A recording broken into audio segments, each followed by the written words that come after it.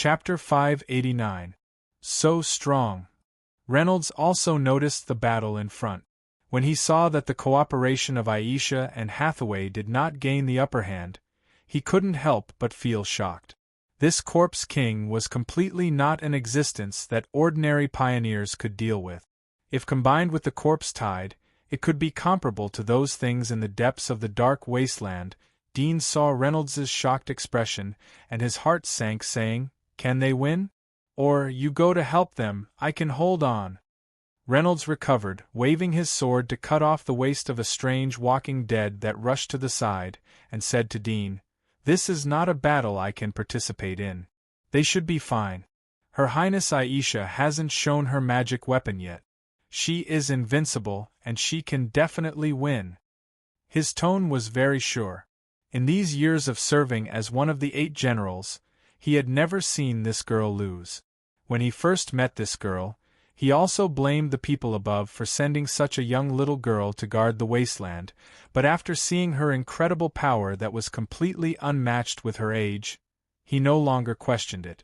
In his mind, this girl was the most terrible monster, and there was no monster that she could not defeat. He had never seen her appearance after stimulating the magic weapon, because the usual posture alone was enough to defeat all the monsters he had met. Bang! Suddenly, a dark red streamer fell at a high speed and shot into the ground. Suddenly there was a loud bang, and a huge pit was blasted on the ground. Dean's heart jumped and he looked at it. He saw a figure with dark red scales lying in the huge pit. It was the appearance of Hathaway after stimulating the magic weapon. He suddenly breathed a sigh of relief and looked up at the sky. He saw that the 2 streamers that moved at a high speed stopped. They were the Corpse King and Aisha. At this moment, the 2 confronted each other. This Corpse King was not like ordinary walking dead, which could only bite without order. Instead, it seemed to stop to rest and observe Aisha by the way. Did it have a mind? Dean's mind flashed such a thought. Whoosh! The Corpse King that stopped rushed out again and rushed to Aisha. Aisha's figure flashed as she fought fiercely in the air. Dean was dazzled and anxious. Suddenly he thought of Hathaway and looked at her. He saw Hathaway sitting up from the giant pit. Her body was moving up and down as she panted. She seemed to be resting on the ground. Damn! Dean clenched his fists in anger. Roar! A hoarse roar suddenly came from the side. Dean was shocked. He turned around and saw a rotten face rushing towards him. He quickly pulled out a dagger and stabbed it. Gotcha! The dagger pierced through the undead's face. Dean lifted his foot and kicked the undead's body. He gasped in pain and reached out to cover his chest. There was a tearing pain. "Don't look around, take care of yourself first." Renaud quickly killed several nearby undead. He turned to look at Dean and said, "You can fly. Take off immediately. There are too many undead on the ground." Dean gritted his teeth and endured the pain in his chest. He flapped his wings and flew into the air. Suddenly, he saw the group of undeads gathering from all directions. Farther away, there were still thousands of undeads rushing here at full speed, raising countless dust. It looked extremely spectacular and shocking. Whoosh! An undead with green skin, a flat head, and fist-sized eye sockets suddenly jumped out of the group of undeads and rushed straight to Dean, who was in the air. Dean's face changed slightly. He wanted to flap his wings to change the trajectory, but it was too late. The ladder was too fast. He decisively lifted his leg and aimed at the head of the strange walking dead that jumped over. With a bang, he hit its forehead. At the same time that he couldn't change the trajectory, the strange undead couldn't change the trajectory either. It was kicked upside down. Dean was about to continue to fly. Suddenly, he felt that his foot was wrapped by a soft, warm and slippery thing.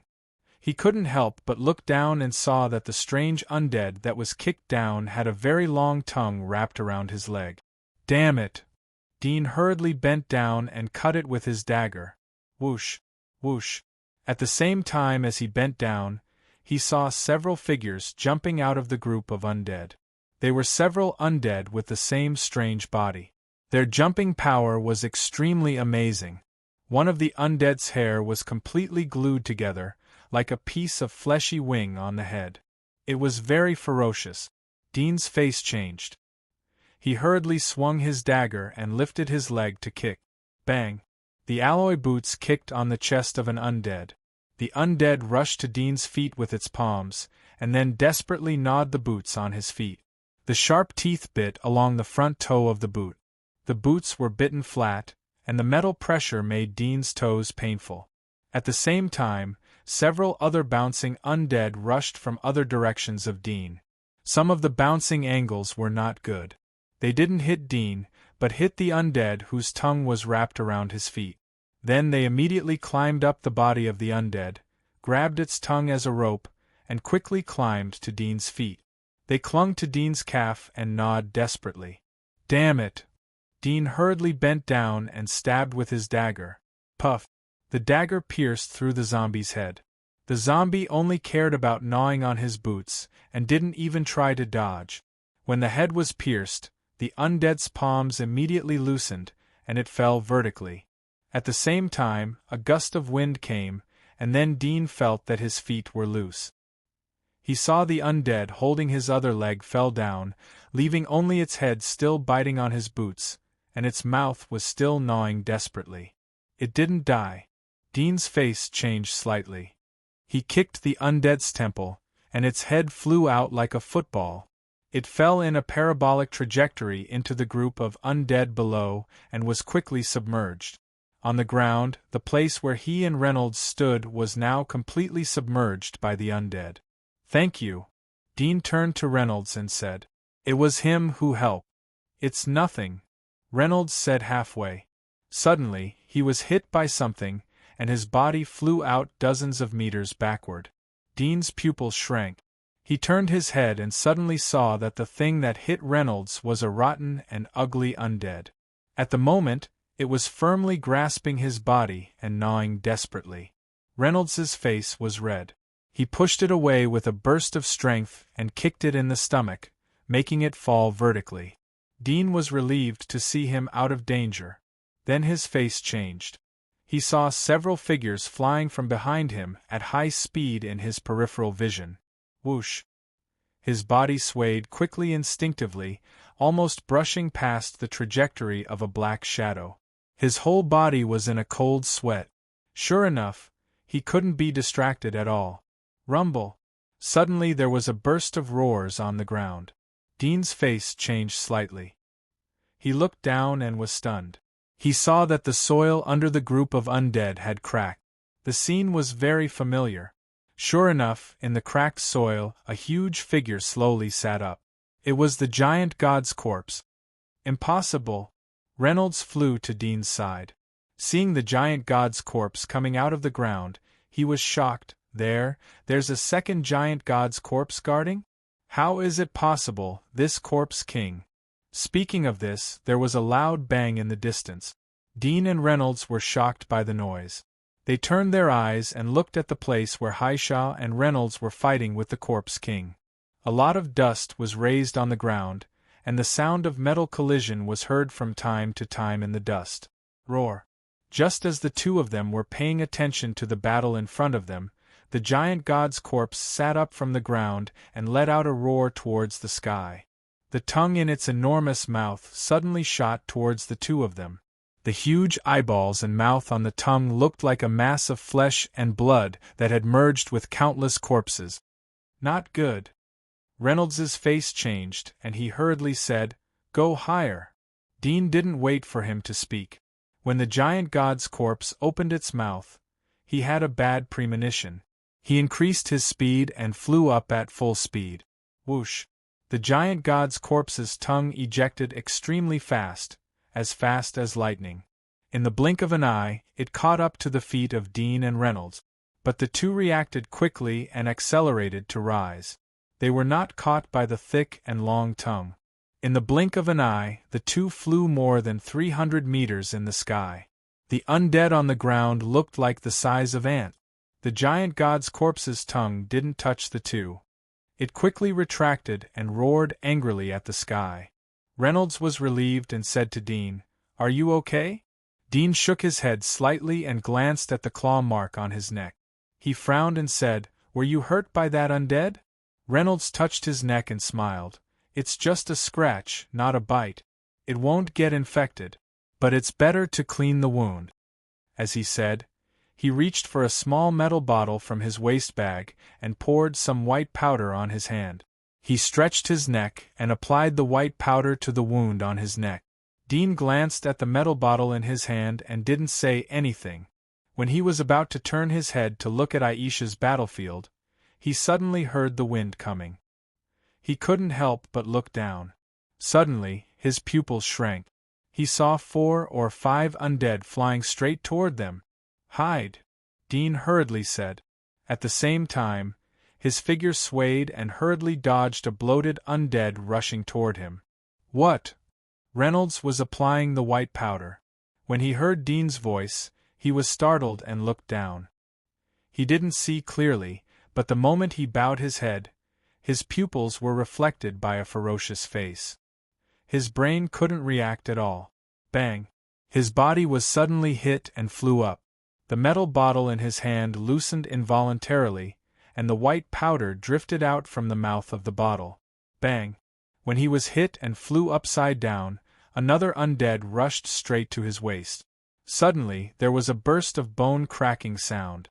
Reynolds screamed in pain on the spot and spat out a mouthful of blood. "Reynolds!" Dean rushed over in a hurry. After the 2 undead hit Reynolds, they immediately hugged him tightly and madly gnawed his body. Reynolds endured the severe pain and raised his hand to push the undead that was hugging his chest. But the undead desperately rushed to his face like a madman. Its mouth was full of sharp teeth, and it stretched out its dark, rotten tongue, trying to hook his neck. "Get out, get out!" Reynolds roared and suddenly rolled his body. He rotated 720 degrees in the air and suddenly threw off the undead that hit his back. A viscous liquid quickly surged on his skin. The liquid quickly wrapped his body like running water. When it gathered in his chest, it quickly bulged and turned into a sharp knife. Puff! The sharp knife suddenly pierced the undead's body and penetrated its abdomen, but no blood flowed out. Such a serious injury had no effect on the undead. It still madly bit his head. Reynolds roared and suddenly raised his fist to hit the undead's head. Bang! The undead's head was suddenly broken. It was frozen on the neck in a strange twisted posture, and its mouth was slightly opened like a machine. Reynolds quickly punched it in the chest and threw it off his body. Dean breathed a sigh of relief when he saw that he was out of trouble, but he saw a few more black shadows flying from below. He suddenly saw that the giant god's corpse that sat up on the ground was grabbing the surrounding walking dead and throwing them at them. These flying walking corpses were all thrown by it. Whoosh! Dean's figure swayed and avoided an undead flying straight at him. He hurriedly turned his head to Reynolds and said, "It's too low here. We have to continue to rise." Reynolds panted slightly and said, "Remember, don't go higher than 800 meters. Otherwise, it will easily attract the attention of the thunderbirds above the clouds. Once the thunderbirds are attracted, all of us will die." Dean knew about this. He nodded slightly and quickly flew up at full speed. Reynolds also spread his wings and flew up. Whoosh! More than a dozen undead flew straight. They passed by Dean and Reynolds at an extremely fast speed. Reynolds flew sideways and avoided an undead. However, his dragon wings were too big. The wings were about 12 meters long. He didn't have time to dodge the edge of one of the dragon wings and was immediately hit by an undead. His body suddenly flew out and slid for dozens of meters before he stabilized his figure. But his wings were caught by the undead. Reynolds's face was ugly. His body rotated at an extremely fast speed. After a dozen consecutive laps, the undead finally fell. Reynolds was relieved. Just as he was about to continue to rise, he suddenly heard Dean's shout, "Be careful." Reynolds's heart was cold. He quickly looked down, but saw nothing below. The giant god's corpse was grabbing the undead and hadn't thrown it over. "What's going on?" He was slightly startled. With a bang, his shoulder suddenly sank down, and a sharp pain came from his shoulder. He was horrified. He didn't have time to look up and took the lead to cut the top of his head with his sword. Clang! The sword cut something hard, making a sharp metal sound. The next moment, Reynolds felt that the world in front of him was spinning. His body was thrown out by a huge force. The sky was getting farther and farther under his feet. The sky? His pupils shrank. He hurriedly turned his head, and suddenly saw the densely packed undead on the ground. The size of ants were expanding rapidly. No. He was horrified. He hurriedly controlled the dragon wings to stabilize them. Crack! When the dragon wings forcibly reversed the wind, there was a cracking sound coming from the skeleton. Chapter 590. When Reynolds flapped his wings and rushed to the sky, he suddenly saw a black shadow falling at a high speed. It was an undead with flesh under the armpit, diving straight toward him. Reynolds's face changed, and he suddenly thought that the force that was thrown down before was obviously from the hand of this undead. He gritted his teeth slightly, endured the severe pain on the dragon wing skeleton, and flew to the side, trying to avoid colliding with it. Bang! Suddenly, a sharp pain came from his back. The strong impact made Reynolds spit out a mouthful of blood on the spot, mixed with saliva, splashing on his face. His pupils were about to crack. He only felt that his back was held by two sharp claws, and at the same time, there was a roar in his ears. There was an undead lying on his back. His flapping dragon wings were caught by this undead, and he was about to fall for a while. No! He watched the undead swooping down from the sky, and his pupils enlarged. Bang! The two suddenly collided with each other. All of this happened in the blink of an eye. The ribs in his chest suddenly let out a cracking sound, as if he had been hit by a meteorite. His brain buzzed, and the wind whistled in his ears. His body fell down at an extremely fast speed, and with a bang, he smashed into the ground, causing dust to fly up into his face and hair. Roar! Roar! Roar! The roar came like a tide in an instant, and the sky was suddenly covered by darkness. Dean stared at Reynolds, who fell to the ground and was drowned by the undead.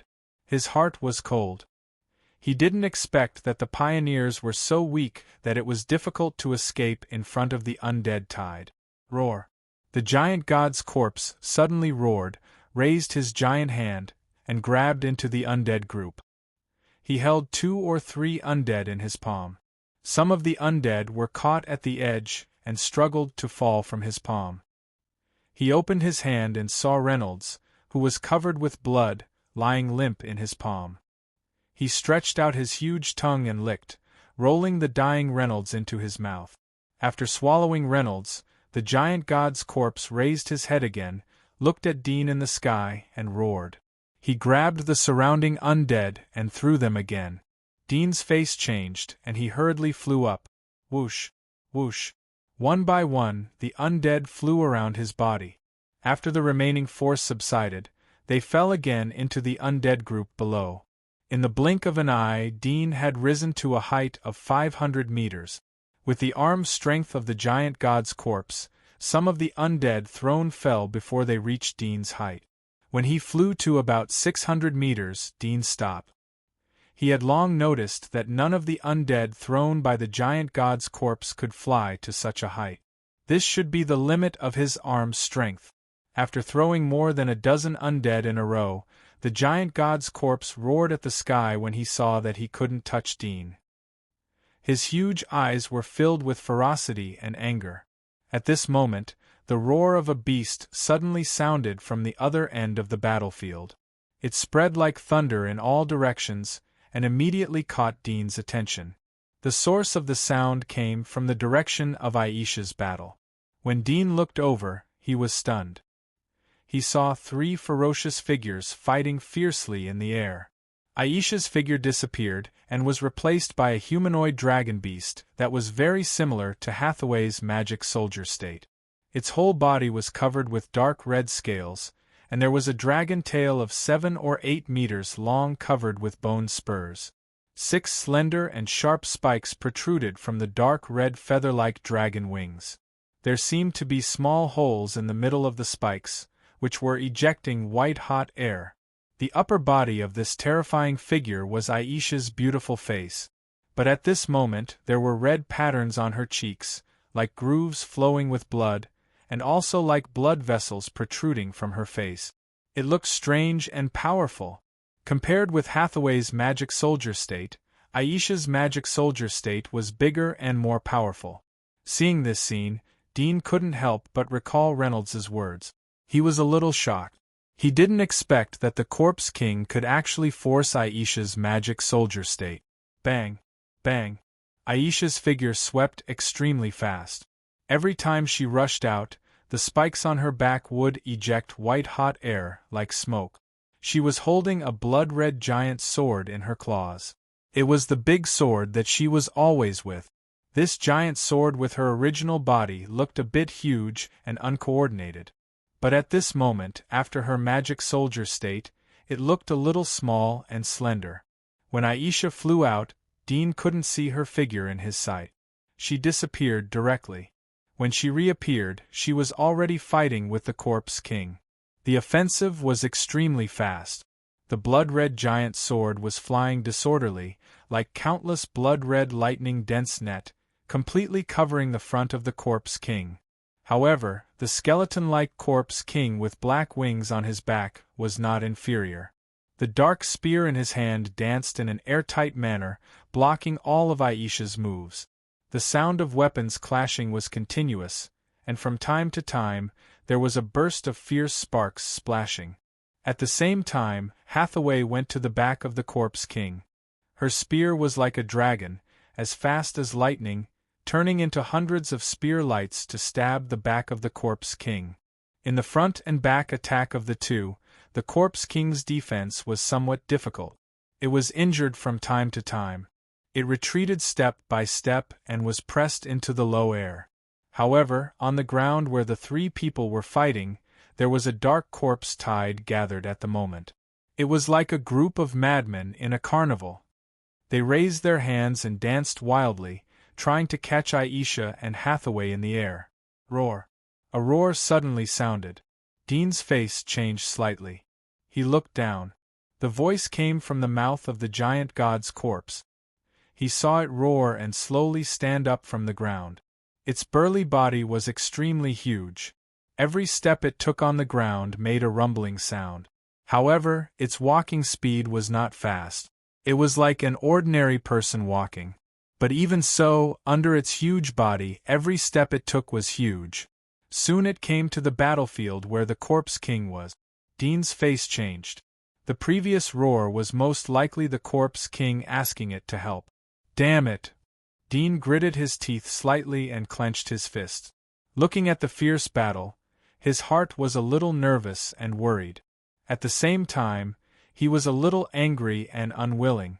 Suddenly, an idea flashed in his heart. He immediately turned around and flew out of the corpse tide. Sister, that kid seems to have escaped.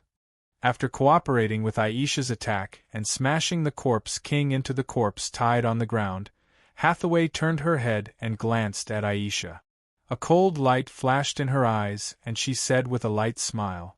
Aisha didn't look back and said indifferently, "You'd better concentrate. This Corpse King is not so easy to deal with. I'll pin it down in front and you sneak attack from behind. Don't make any more mistakes. Do you understand?" "Of course, I understand," sister's words. Hathaway smiled softly, her eyes like crescent moons. However, a big guy is coming. It's not so easy to deal with. Ignore it, Aisha said indifferently. Roar. With a roar, the Corpse King jumped out of the corpse tide on the ground and suddenly rushed toward Hathaway. Hathaway's face changed slightly. She hurriedly dodged and circled to Aisha's side. Aisha moved like lightning. The giant sword quickly blocked the Corpse King's black spear, followed by a storm of bloody sword slashes. It was as fast as lightning. If it was another monster, it would have already turned into dust under her attack. However, the Corpse King's black spear was extremely flexible. It blocked all the bloody sword slashes while retreating step by step. Only 1 or 2 light sword wounds appeared on its arm. Hathaway quickly circled to the back of the corpse king. Just as she was about to attack, the giant god's corpse suddenly raised his hand and grabbed her. Hathaway's figure flickered, escaped from the giant palm like a butterfly, and continued to attack the corpse king. At this moment, the weakness of the giant god's corpse was immediately reflected. Although the strength was great, the speed was extremely slow. It was as if the arm was pulled by countless silk threads. Every swing seemed exceptionally slow. Die. Hathaway dodged the giant god's corpse. Her wrist shook and the spear trembled instantly. It carried a rotating force like a spiral and suddenly stabbed the back of the corpse king. When the tip of the spear was about to touch the back of the corpse king, suddenly, the flesh and blood on the back of the corpse king squirmed. A mass of flesh and blood suddenly stretched out from it and hit the spear. With a bang, the mass of flesh and blood was instantly penetrated by the spear. The spiral force of the spear body drove the flesh and blood to rotate and twist. The surface of the flesh and blood was twisted like a screw. Hathaway was slightly startled. She felt a little strange. This flesh and blood was not broken? She felt bad in her heart and immediately pulled the spear. However, the spear body seemed to be sucked and could not be pulled. Whoosh! At the same time, the front end of the spiral-shaped flesh and blood suddenly extended at an extremely fast speed, swimming toward the spear shaft. The front end of the flesh and blood split open, and there were sharp teeth inside. They rushed toward Hathaway's face along the spear shaft. Hathaway's pupils shrank slightly. She suddenly shook the spear shaft in her hand. The strong vibration force immediately shook the flesh and blood. With a puff, the sharp spear head cut the flesh and blood.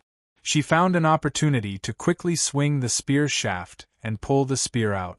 At this moment, the flesh that was cut suddenly twisted and turned into a fist, quickly hitting her chest.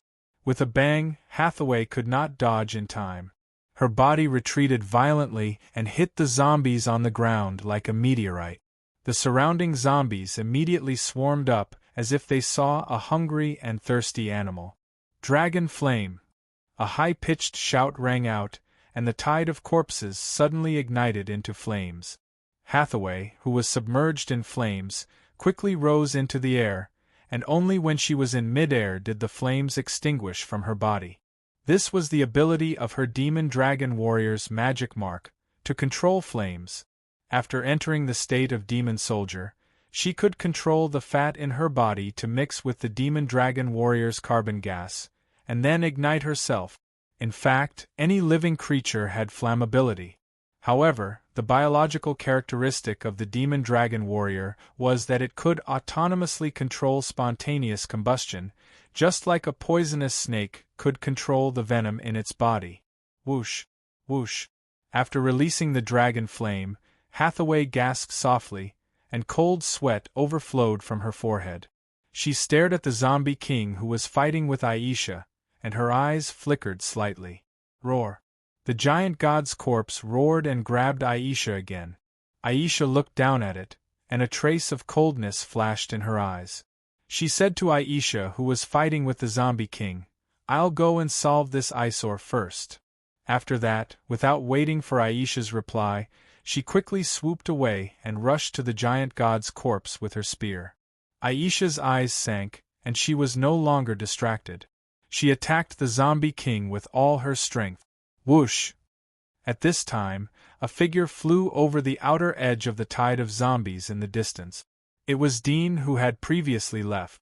The ground behind him rumbled, but it was a group of wolf-like monsters. "Come on!" Dean secretly encouraged this group of monsters in his heart. He had encountered this group of monsters before, but Eureka didn't want to waste his strength, so he didn't choose to kill them. Instead, he took a detour. This kind of gregarious monsters had always been territorial and would not leave easily, so he thought of attracting them. Although it might not have much effect, at least it could contain some zombies. Roar! This group of monsters had just rushed to the edge of the tide of zombies. Suddenly, the leader, nearly 4 meters tall, roared to the sky and stopped its momentum. Then it roared a few more times and suddenly turned around and ran away. Dean was stunned and a little dumbfounded. Ran away? Was it scared? Roar. When this group of monsters turned around and retreated, the zombies at the outer edge of the tide of zombies noticed them and immediately roared and chased after them. Dean breathed a sigh of relief. In any case, it played a little role. Boom! A huge roar suddenly came. Dean's heart jumped, and he suddenly turned his head to look. Suddenly, he saw the giant god's corpse rushing to the side of the zombie king fell down and smashed into the tide of zombies, immediately crushing a group of zombies. Dean was delighted. Soon, he noticed that it was not Aisha who killed the giant god's corpse, but Hathaway. Huh! Hathaway swung her spear and suddenly noticed a black spot floating in the distance. It was Dean who had previously escaped. She was slightly stunned, and suddenly the corner of her mouth raised. Whoosh! Her figure moved, and she suddenly flew out. Attack its back! Aisha saw that Hathaway killed the giant god's corpse and immediately said to her. Hathaway smiled gently and flew past from the side. She tilted her head and said, Good sister, I'll leave this zombie king to you. I don't want this credit. I'll go and deal with that damn brat first. Aisha was slightly stunned, and her pupils shrank suddenly. Whoosh! Hathaway's figure was like lightning. When her voice fell, she was already hundreds of meters away. Her figure flew fast and rushed straight to Dean like lightning.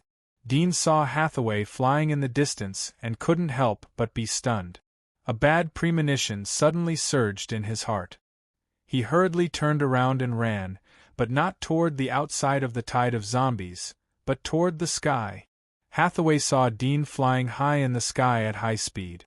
She couldn't help but squint, and a trace of chill flashed through her eyes. Cunning boy, you're dead. If Dean ran far away, she could quickly catch up with him, but Dean flew to the sky. Apparently, he was aware of her intention and wanted to use the thunderbirds in the clouds to stop her.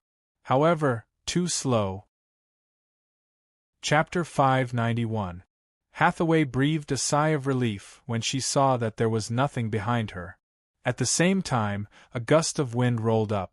She looked back and saw Dean flapping his wings and flying to the sky at high speed. Humph! Hathaway snorted coldly. She flapped her wings and caught up with Dean in an instant. The time of turning her head was nothing to her. Even if she guessed that it might be Dean's escape strategy, for her, even if there was only a trace of possibility, it was worth it, because the danger of the King of Corpses was far greater than Dean. Whoosh! Dean had just flown more than 10 meters away when Hathaway caught up with him again. After so long, you still haven't grown a bit. Hathaway indifferently looked at Dean and said, In the face of absolute power, is your little trick meaningful? It's quite meaningful to me. Dean slightly gasped and looked at her coldly. Why do you do this? You have already got what you want, why do you still do this? Hathaway gently smiled and didn't seem to be in a hurry to make a move. She said, Do you still remember your captain Ian? Ian? Dean was startled. Yes. Hathaway said, He has already told me everything that happened during the mission.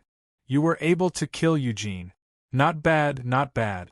With the heat of your body, you were able to kill Eugene, whose physique and fighting ability were stronger than yours. It should be because of the special ability of your magic mark. Such a powerful magic mark, is it legendary? Dean's heart tightened. He suddenly remembered that when he returned to the Shadowhunter's cave, he didn't see Ian's body. It turned out that Ian didn't die at that time but pretended to be dead. When the youth of Wing family chased them, he took the opportunity to run away. Eugene is really your man. Dean's eyes flashed slightly and said in a deep voice, I killed Eugene with the advantage of the surrounding environment and promised Ian a big benefit. He and several others also helped me, so I killed Eugene. Otherwise, I can't do it alone. As for the legendary magic mark you said, how is it possible? I was just a hunter in the outer wall before. It was very lucky to get a rare magic mark. Legendary magic mark, this kind of thing, I don't even dare to think about. Great benefits? Yes, Eugene revealed his identity at that time. Ian and the others also knew that I had Aisha behind me. So I took the opportunity to use your sister's name to promise them benefits. Once the mission is over, I will restore their freedom and they won't step into the wasteland. Dudian said in a serious tone. Hathaway stared at Dean. After a moment she smiled. It's a pity.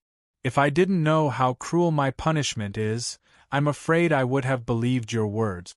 Dean was stunned. Although I don't know how you got the legendary magic mark, your existence is an eyesore, Hathaway said with a smile. Dean's palms were overflowing with cold sweat. He looked over her shoulder and saw Aisha was entangled by the corpse king. She was fighting fiercely while moving towards his side. Hold them off, he thought to himself. Are you thinking that you can be saved by delaying it? Hathaway chuckled. Dean's pupils shrank, but he quickly concealed the strange look on his face. I don't understand what you are talking about. If you want to kill me, then kill me. Why so much nonsense? But if you don't kill me, I am willing to exchange a secret with you. Secret? Hathaway looked at him with a smile. Dean nodded. I know the trace of the dream breeder. Hathaway's smile on her face was even thicker. Where? Dean saw her playful expression and didn't believe her. His heart sank, but he changed his mind and said, Your sister also knows about this. When I stayed with her in the Orange Wasteland, we were looking for the dream breeder. Unfortunately, we didn't find him. Later, I heard that you came to the fortress, so your sister was ready to return to the fortress. Hathaway was startled. She frowned slightly. There was some surprise in her heart. Was what this kid said true? After she came to the fortress, she knew that Aisha had been missing for a long time. With Aisha's strength, no monster could keep her. Even if they could keep her, it was impossible to keep her for such a long time. Listening to Dean at this moment, there was a 70 to 80% possibility. However, she knew that Dean was cunning and could tell any lie. This matter was likely to be fabricated. However, if it was true, then after he killed this kid, the secret of the dream breeder would only be known to his sister. If she obtained the magic mark of the dream breeder, which was ranked first among the legendary monsters, then even if his bloodline awakened again in the future, he might not be able to catch up to her. Thinking of this, her heart was in a mess and she frowned. Dean saw her appearance and knew that his plan worked. Although he was not familiar with Hathaway and naturally didn't know her weaknesses, at least he knew that defeating Aisha was her goal and weakness. Clang! Clang! The sound of metal impact came from a distance and quickly approached. Dean looked at the corner of his eyes and suddenly saw that Aisha was chasing towards this side at a very fast speed. The corpse king followed, chasing her all the way, while constantly attacking, forcing Aisha to turn around to parry. The flying speed of the corpse king was not inferior to Aisha. Every time the broken black wings trembled, it could control the body to catch up with Aisha flexibly. Hey! Hathaway, who was frowning and contemplating, suddenly sighed.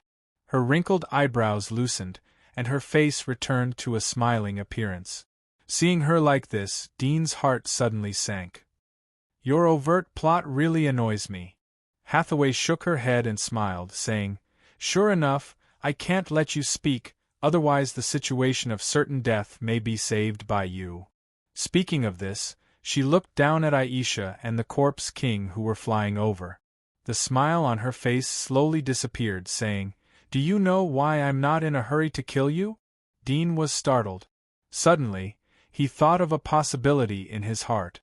This possibility made his whole body cold. Looking at Aisha, who was approaching at a very fast speed, there was a sense of panic in his heart. He hurriedly shouted, Don't pass! The word come hadn't come out of his mouth when suddenly his chest was shocked. An unparalleled force hit his chest in an instant. The bones that were healing suddenly broke and collapsed. Dean spurted a mouthful of blood and his body flew back. He didn't fly for a few meters when he felt his shoulder was caught. It's too late to know now. Hathaway's eyes looked at him without the slightest emotion, indifferently said, "Lowly person, pay the price of the weak. I hope this pain can accompany you to hell." After that, another dragon claw suddenly grabbed the wings on Dean's back and pulled hard. Puff sound. The translucent hard wings on Dean's back were suddenly pulled out from the flesh of his back. Blood splashed, and the wings with blood and tendons were thrown to the distance by her. They flew in the air and fell to the ground. Puff. There was another sound of flesh tearing. Dean's other wing was also pulled out and thrown away by her. Dean's eyes were cracked in pain. His body bent like a shrimp, and blue veins bulged on his forehead. He pressed his throat very low, not wanting to let Aisha hear, so as not to fall into Hathaway's trap. But despite this, the spasmodic pain on his back made him feel suffocated. After 2 low roars, he clenched his teeth, letting the roar stay in his chest. He panted, madly breathing and inhaling to relieve the pain on his back. "Stop!" Aisha roared angrily when she saw this scene. The scales on her body spewed out thick flames like a dragon burning with crimson devil flame. At the same time, the scales on her forehead suddenly ruptured. A sharp black horn slowly grew out from the inside and pierced towards the sky. Dark green meridians protruded from the skin at the end of the horn and spread to her entire forehead. It looked like some kind of ancient race's incantation. Bang! She threw her sword backhand and hit the black spear of the King of Corpses. Suddenly there was a violent buzzing sound, shaking the spear of the King of Corpses.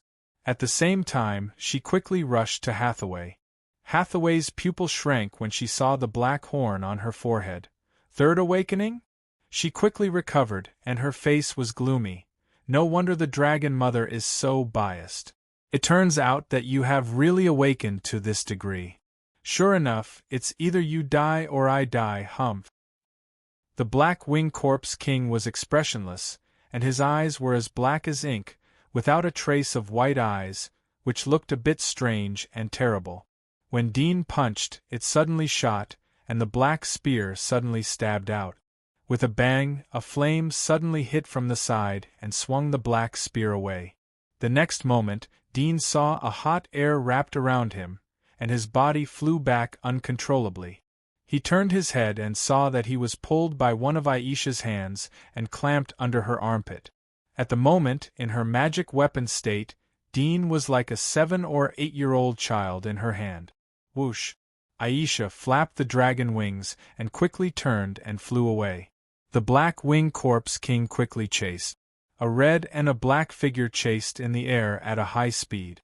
However, although she entered the third awakening state, Aisha had an extra person in her hand, and the impact in the process of flying was not simply calculated by the weight of a person. The Black Wing Corpse King behind her gradually got closer at a weak speed. Dean saw this and hurriedly said, "Leave me, it won't chase me." Aisha didn't answer. She looked straight ahead, and the dragon wings flapped quickly. Just when she was about to fly out of the corpse tide, suddenly a spear came from the sky. Puff! Aisha couldn't escape, and the dragon wings were pierced by the spear.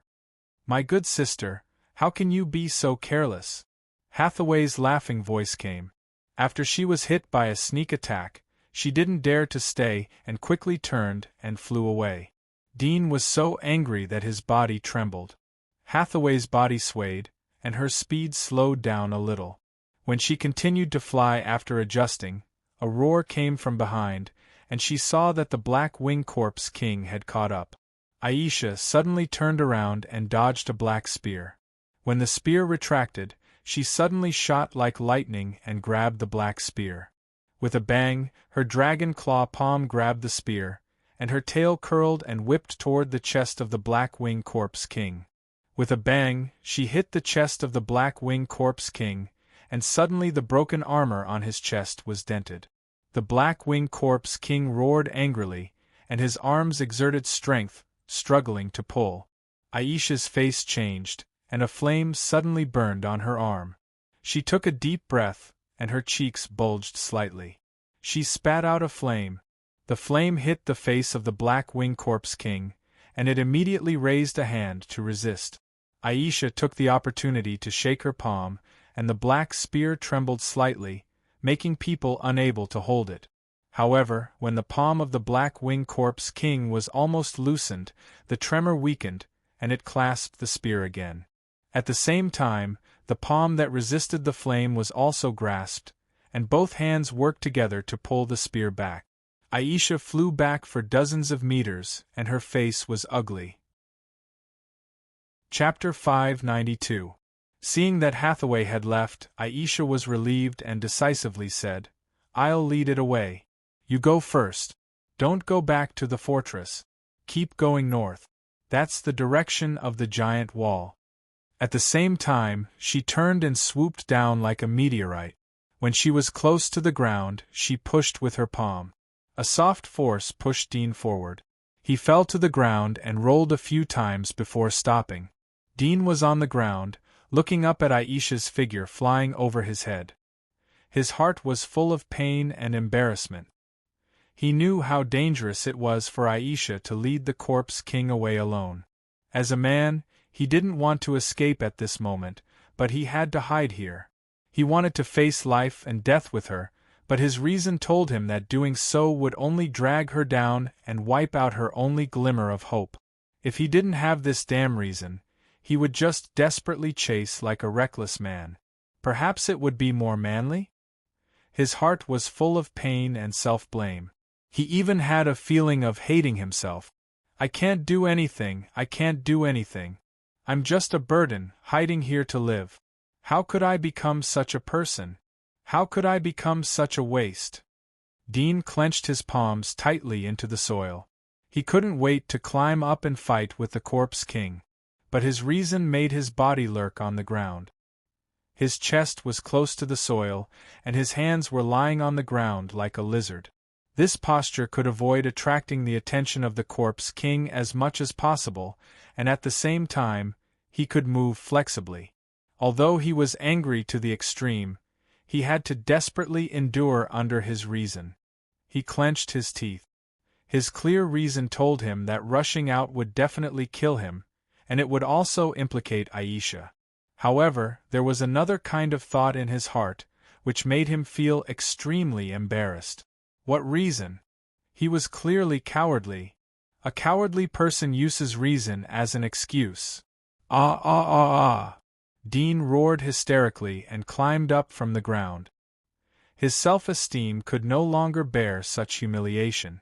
Looking at the Corpse King flying over his head and chasing Aisha, he picked up a stone from the ground and issued a tiger-like roar in its direction.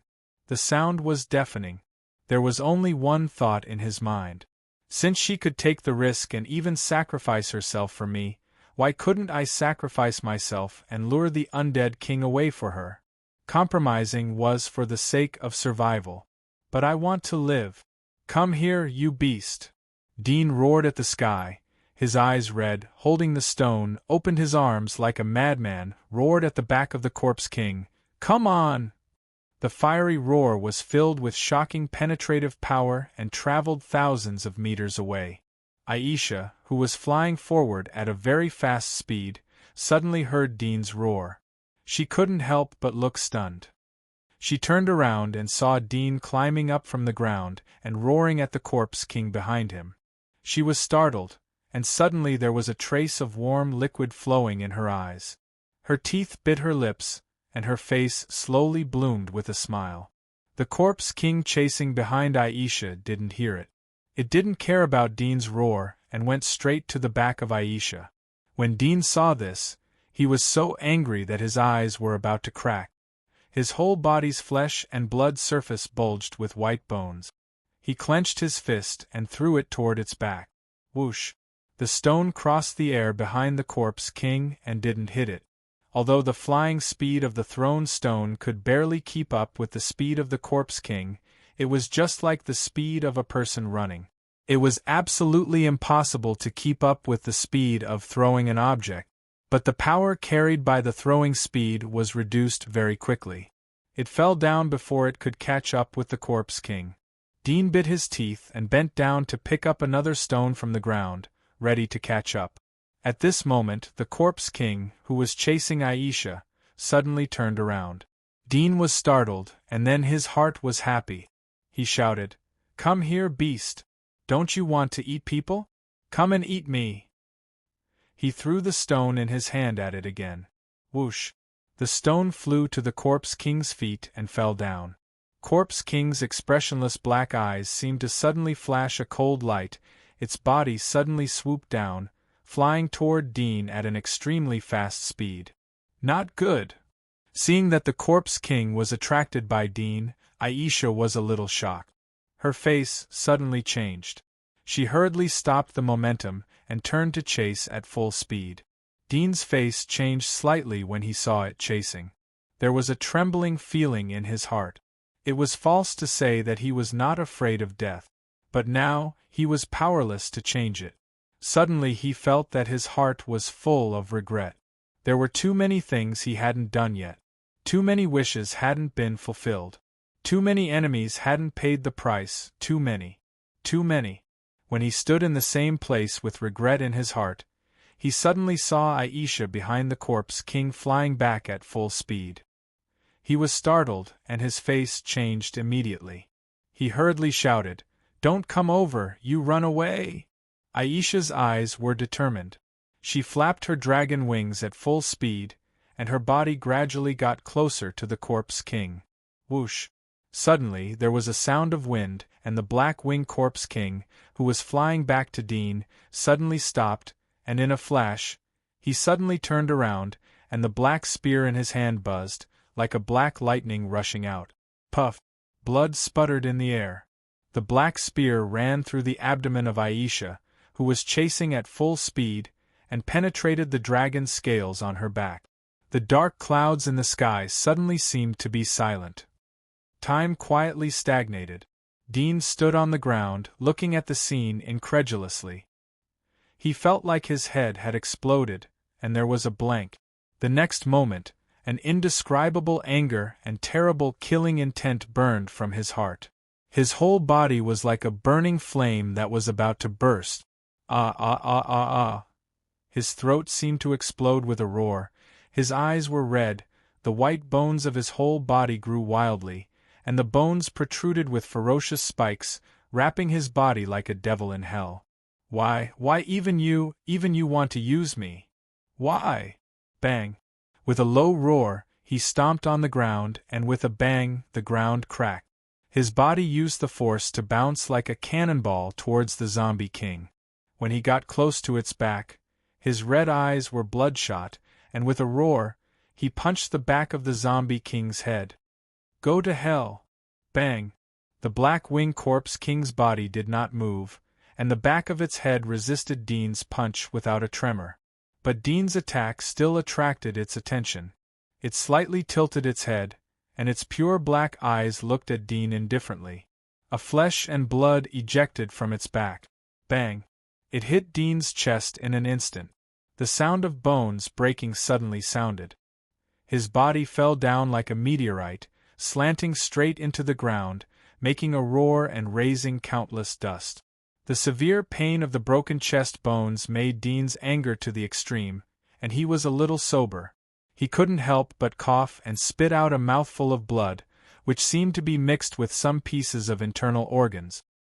He gritted his teeth, climbed up from the ground, looked up at the black-winged Corpse King in midair, bent his knees slightly, and was about to bounce again.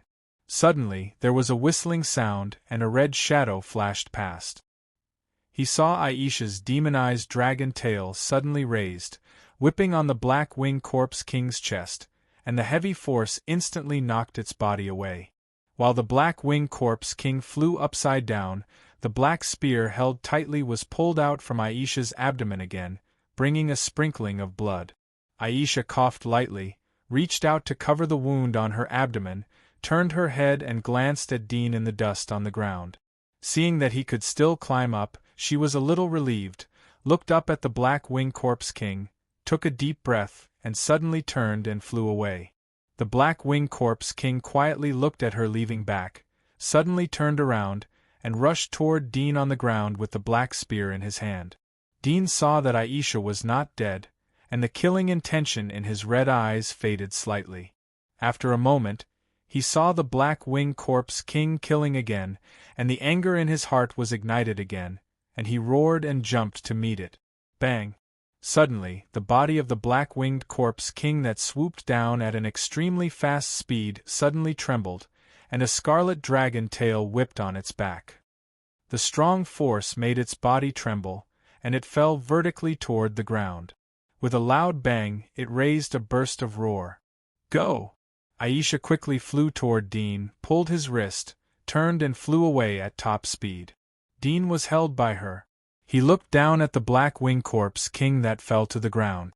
Seeing that it was not seriously injured and had climbed up again, he couldn't help but be anxious. He said to Aisha, "You let me go. If you go on like this, we will both die. It already knows that if it attacks me, you will come to help. It wants to use me to attack you. We don't fall into the trap of this brainless walking dead. I won't leave you behind," Aisha said with a tone of non-negotiable. Dean was anxious and angry and said, "You want to die together, but I don't want to die together. Get out of here. I'm upset when I see you. If it weren't for you, I wouldn't end up like this. Get out of here." Aisha was slightly stunned and looked down at him. When she collided with Dean's eyes, her expression returned to calmness. She looked up and continued to fly forward, saying, "No matter what you say, I won't leave you. I always do what I say." Hearing her say so, Dean was even more anxious. At this moment, the whistling sound came from behind. He glanced at the corner of his eyes and suddenly saw the Black-Winged Corpse King flying again, and the speed was extremely fast. "It's coming," Dean hurriedly said. "Leave me. I'm begging you." Whoosh! As he spoke, the Black-Winged Corpse King approached quickly, and the spear suddenly pierced out. Aisha had been aware of it, and the dragon tail swung away the spear. However, the spear that was knocked away turned a tricky arc and slammed toward Dean, who she was holding. Aisha's face changed, and she hurriedly wrapped Dean with her dragon wings. With a puff, the dragon wings were suddenly pierced, and the spear pierced into Dean's arm. Dean was afraid that she would be distracted, so he clenched his teeth in pain and did not groan. Aisha took the opportunity to swing the dragon tail, wrapped the leg of the Black-Winged Corpse King, and struggled to throw it out. The Black-Winged Corpse King's body was thrown back, and the spear was pulled out from Dean's arm and dragon wings. It quickly stabilized its momentum and chased again. Aisha's dragon wings were damaged, and she immediately lowered her height and flew toward the ground. If she fought in midair, she was no longer as flexible as the Black-Winged Corpse King. She could only have a glimmer of life on the land. At a height of 20 or 30 meters from the ground, she pushed Dean out, and then turned her body, driving the dragon tail to the back, sweeping the Black-Winged Corpse King's spear again, and at the same time opening the distance. The Black-Winged Corpse King growled, and this time he did not chase Dean, but went straight to Aisha, and the speed was very fast. Aisha's face changed slightly, and she suddenly stretched out her dragon claws. With a clang, she blocked its spear, and the other dragon claws quickly grabbed its neck. The Black-Winged Corpse King reacted very quickly, raising his body and kicking toward Aisha's injured abdomen. When Aisha dodged, he suddenly turned around and kicked Aisha's arm, and the heavy force suddenly hit Aisha to the side. Dean saw that Aisha was completely at a disadvantage, and he knew that she had consumed too much physical strength. He was angry and anxious. He grabbed the dagger from the leggings and picked up the stone on the ground with the other hand. When he aimed at the Corpse King, he threw it at it. The Black-Winged Corpse King completely ignored the stone that was thrown, and he launched a fierce attack on Aisha.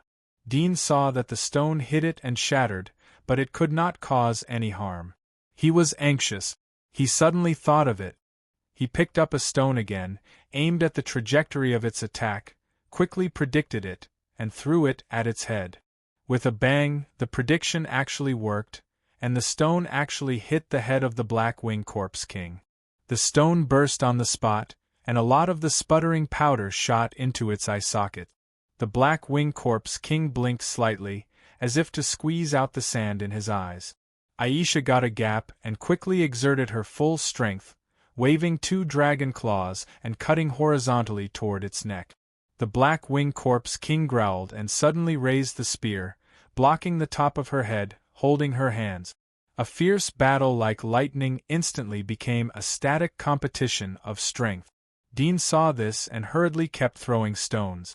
The stone fell on the Black-Winged Corpse King and burst into powder, but it did not distract it at all.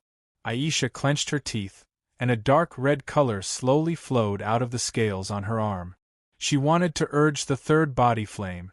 However, the body fat and the power of the magic soldier were not enough to release it again. In a few seconds of stalemate, a black shadow suddenly flashed. Puff! A palm pierced into Aisha's abdomen from Aisha.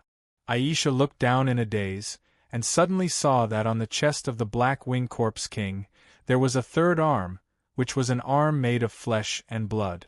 Soon, the severe pain in her abdomen instantly pulled out the strength of her body completely, and the arm was loosened involuntarily. At the same time, the arm that penetrated her abdomen quickly retracted, and the palm grabbed a few lumps of flesh and internal organs. No! Dean's eyes were cracked. The Black-Winged Corpse King waved the spear with both hands and whipped Aisha's shoulder like a stick. With a bang, her body suddenly fell to the ground. Aisha coughed up blood and looked at Dean on the ground, and her lips moved slightly. Dean saw her mouth shape, which was saying, "Run away." No! Dean roared up to the sky, rushed up, and caught her fast-falling body high. However, a huge force came from her body, and Dean's body fell quickly together with her. With a bang, he fell to the ground. Dean seemed to have completely forgotten the pain in his body. He tightly hugged her body, his eyes red, and reached out to cover the hole in her abdomen. He still held a glimmer of hope and said, Quickly use the dragon blood to stop the bleeding. The wound will heal soon. Quick, run." Aisha opened her mouth slightly, and her voice was a little hoarse and weak. "Stop the bleeding!" Dean screamed wildly. Puff! Suddenly, Aisha's body trembled, and at the same time Dean was also stunned. He saw behind Aisha, the Black-Winged Corpse King landed, holding the end of the black spear in his hand, and the front of the spear penetrated from Aisha's back, and directly hit Dean, who was holding Aisha. Dean felt that his abdomen was pierced by a cold, hard object, and his stomach seemed to be empty in an instant. There was an indescribable sense of emptiness, followed by a strong tearing pain.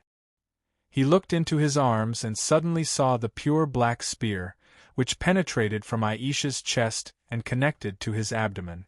No, his brain was buzzing, as if time and space were shaking, and his thoughts were blank and chaotic to the extreme. Thump, thump. He could hear the violent beating of his heart coming from his chest, contracting and expanding violently. At this time, Dean felt that the cold, hard object in his abdomen was slowly twitching, trying to pull out from his abdomen. He slowly raised his head and looked at the Black-Winged Corpse King behind Aisha. What greeted him was a pair of pure black, cold, and emotionless eyes. Whoosh! Suddenly, a bloody shadow flashed past. The next moment, on the neck of the Black-Winged Corpse King, a blood-colored thin line suddenly appeared. Then, this blood-colored thin line became thicker and thicker. At the same time, the Black-Winged Corpse King's head slid slightly and slowly fell from the neck. The cut surface was neat, and there was no blood flowing out. Dean was stunned. This scene came too suddenly, without warning, and he didn't react at all. At this time, a violent cough sounded, and Dean couldn't help but look down. He saw that Aisha coughed with blood on her face, and many pieces of internal organs fell on her neck when she coughed, warm and slippery. Fourth awakening. Unfortunately, the awakening is too late. Aisha's mouth twitched slightly, revealing a bitter smile. Dean was slightly stunned, and suddenly noticed that on her tail that fell to the side, a bloody blade protruded, like the barb on the tail of a scorpion. Is this the one that just cut off the head of the Black Wing Corpse King? At this time, Dean felt that the body of Aisha in his arms flowed slightly, and slowly became light. He saw that the demonic dragon armor on her body quickly faded, shrinking like a tide, and the dragon scales, dragon tail, and dragon horns on her body, which were composed of bloody mucus, gradually disappeared in the fading of bloody mucus, revealing her original beautiful cheeks and slender body. However, without the cover of the scales, her face was a little pale and bloodless. Dean's heart was extremely painful. "I hurt you again. I'm sorry, I'm really sorry. You hold on a little longer, and I'll find a way to treat you right away." Aisha's lips moved slightly. Her voice was very light, and it seemed extremely weak, but her tone was very soft. She said, "It doesn't matter. You talk with me first." Dean's heart was sour, and there was a warm flow in his eyes. He held back his tears and said, "I will talk with you. You immediately use the dragon blood to treat the wound. This is just a small injury. It will be fine." Speaking of this, the tears couldn't help but flow out. The heart was pierced. Such a serious injury, even a pioneer would die. It was very beyond common sense that she could persist until now and still talk. Hearing Dean's words, Aisha's pale cheeks showed a faint smile, and there was a trace of reminiscence in her eyes. She said, "If this is my end, I don't regret it." Dean's heart was shocked, and his voice seemed to be drowned in tears. He asked hoarsely, "Why?" Aisha gazed at him with a smile and said, "Because the days with you were the happiest days of my life. I really want to go back to that small ice cave. Just the two of us, living there every day. Even if it's a lifetime." I cough. "I won't get tired of it." Dean's eyes were moist, and his vision was blurred by the tears. He raised his hand and wiped the blood that was coughing out of Aisha's mouth at the same time. He said, "Don't talk anymore. When your injury is healed, I'll take you back to that place. We won't do anything. We'll live there together. Just the two of us. Stop the bleeding immediately. When your injury is healed, we'll go." Aisha's mouth showed a trace of a smile. A man's words should be kept. Of course. Dean nodded hard, but the tears couldn't stop flowing out. Aisha smiled, and suddenly her brows twisted. She seemed to be in a bit of pain, but soon her brows relaxed again. Just as she was about to speak, her throat suddenly swelled, and she suddenly coughed out a few finger-sized lumps of flesh and blood. "No, don't talk anymore." Dean's eyes were red. Aisha gently took a breath and seemed to recover a little strength. She said weakly, "Don't hate Hathaway. Don't avenge me. You can't fight them. I hope you can live well, okay?" Dean heard her mention Hathaway, and the killing intent in his heart instantly gushed out, making him crazy. He gritted his teeth and said, "I'll live well. I'll live well. I must live well." "No, promise me, don't avenge me." Aisha saw his face full of killing intent, and couldn't help but be anxious.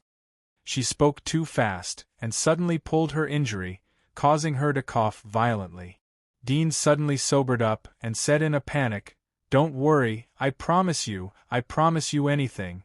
Don't worry, I promise you everything. Don't worry, speak slowly." Seeing the panic on Dean's face, Aisha was relieved. Then she felt that her vision was a little blurred, probably because of too much bleeding. Thinking of this, she suddenly felt a trace of reluctance, but at the same time, there was a feeling of relief. "Promise me one more thing, okay?" She reluctantly moved her eyes, trying to see Dean's face clearly. Promise me 100 things," Dean said nervously. Aisha tried hard to make a smile on her face, and maintained her best appearance. She whispered, "Even if everyone forgets me, don't forget me, okay?" Dean felt pain in his heart like being pricked by a needle. He tightly clenched his teeth and said, "No, I won't forget you. Even if I forget everyone, I won't forget you." Aisha wanted to smile, but the corners of her mouth didn't move. She felt that her strength was getting weaker and weaker, and even opening her eyelids was a little difficult. She slightly gasped, and gathered the last of her strength to look at him. Her blurred vision suddenly became a lot clearer. Looking at Dean's heart-wrenching look, she felt pity in her heart. She whispered, "Don't be sad, don't cry. Smile for me." Looking at the gradually dimming moist look in her eyes, Dean had a strong sense of fear, as if something precious was about to be lost. He knew what this feeling was, and what would happen next. But seeing the quiet smile on her pale cheeks, he finally held back his grief, and slowly grinned, showing a smile. Although his face was full of tears at this moment, the smile was extremely bright. It seemed that he had used all the smiles in his life at this moment, as if he knew that he would never smile again in the rest of his life. He grinned and tried to maintain the smile. He realized that Aisha hadn't opened her mouth for a long time. She hadn't opened her mouth for a long time. In an instant, the sunny smile on his face disappeared in an instant, as if it was swallowed by darkness. The next moment, on the ground of this wilderness, an extremely sad roar suddenly broke out, resounding in all directions. Chapter 593. The lead-gray clouds that were full of nuclear dust hovered in the sky quietly like a cluster of thick ink that could not be melted. They filtered the sunlight outside the atmosphere and sprinkled the dirty and desolate shimmer on the wilderness. The breeze hovered silently, no longer with the previous sharp whistling momentum. The wind blew away the bloody smell in the air, as if nothing had happened and the world was quiet. The never-ending howls of grief and anger in the wilderness gradually grew hoarse and stopped. Dean held Aisha's body tightly, sobbing like a sad beast, with countless prayers in his heart, but the gods who looked down on the common people seemed to ignore his pleas. Slowly, he felt that he had no strength to cry. All the tears that flowed out were like his consciousness and soul, and his body was all hollowed out. He felt dizzy, as if the soul was stripped from the body. Without the soul, what is left of a person? Is there only an empty shell? Or is there a new substance, replacing the soul, occupying this body? Tears dried on Dean's face. He silently hugged her, staring at her gentle and quiet face as if she was sleeping. Katja! Katja! Suddenly, a burst of subtle gnawing sound slowly pulled Dean's sight. His dull eyes recovered a trace of vitality. He raised his head and looked along the source of the sound. In the next moment, his face, which was already numb, suddenly revealed an intense change. Extreme hatred and rage caused his face to become completely distorted. He saw that the place where the movement came from was from one of Aisha's feet. At her calf, there was a head biting on it, and it was constantly gnawing. It was the head of the Black Wing Corpse King who had been beheaded before. Ah! Go to hell! Dean rushed over like crazy in an instant. He clamped the head of the Black-Winged Dead King with both hands, pulled it from Aisha's calf, pressed it on the ground next to him, raised his fist and smashed it wildly, and shouted wildly in his mouth. Every punch was full of strength, so that the fingers on the fist were broken, and he didn't feel it. After hundreds of continuous hammering, the bones of his hands had been broken in large areas, and the strong pain stimulated his consciousness to gradually recover a little. He stopped, and his chest was violently undulating. While gasping, he looked at the head of the Black-Winged Dead King. He was angry to find that its skull was not dented at all, but his fist was seriously damaged, and he paid a heavy price. "Go to hell!" He roared, grabbed its hair, and smashed it to the ground. After hammering dozens of times in a row, he was so tired that he stopped. He saw that the soil on the ground was smashed into a deep pit, and the sand poured into the nostrils and mouth of the Black-Winged Corpse King, but its face was still unharmed. Dean was angry and sad in his heart. Too weak, he was so weak that he couldn't kill it even if the other party only had a head left. He pressed down on its head and took a deep breath. The anger in his heart slowly calmed down. Then, He slowly urged the energy in his body and entered the primary limitless state.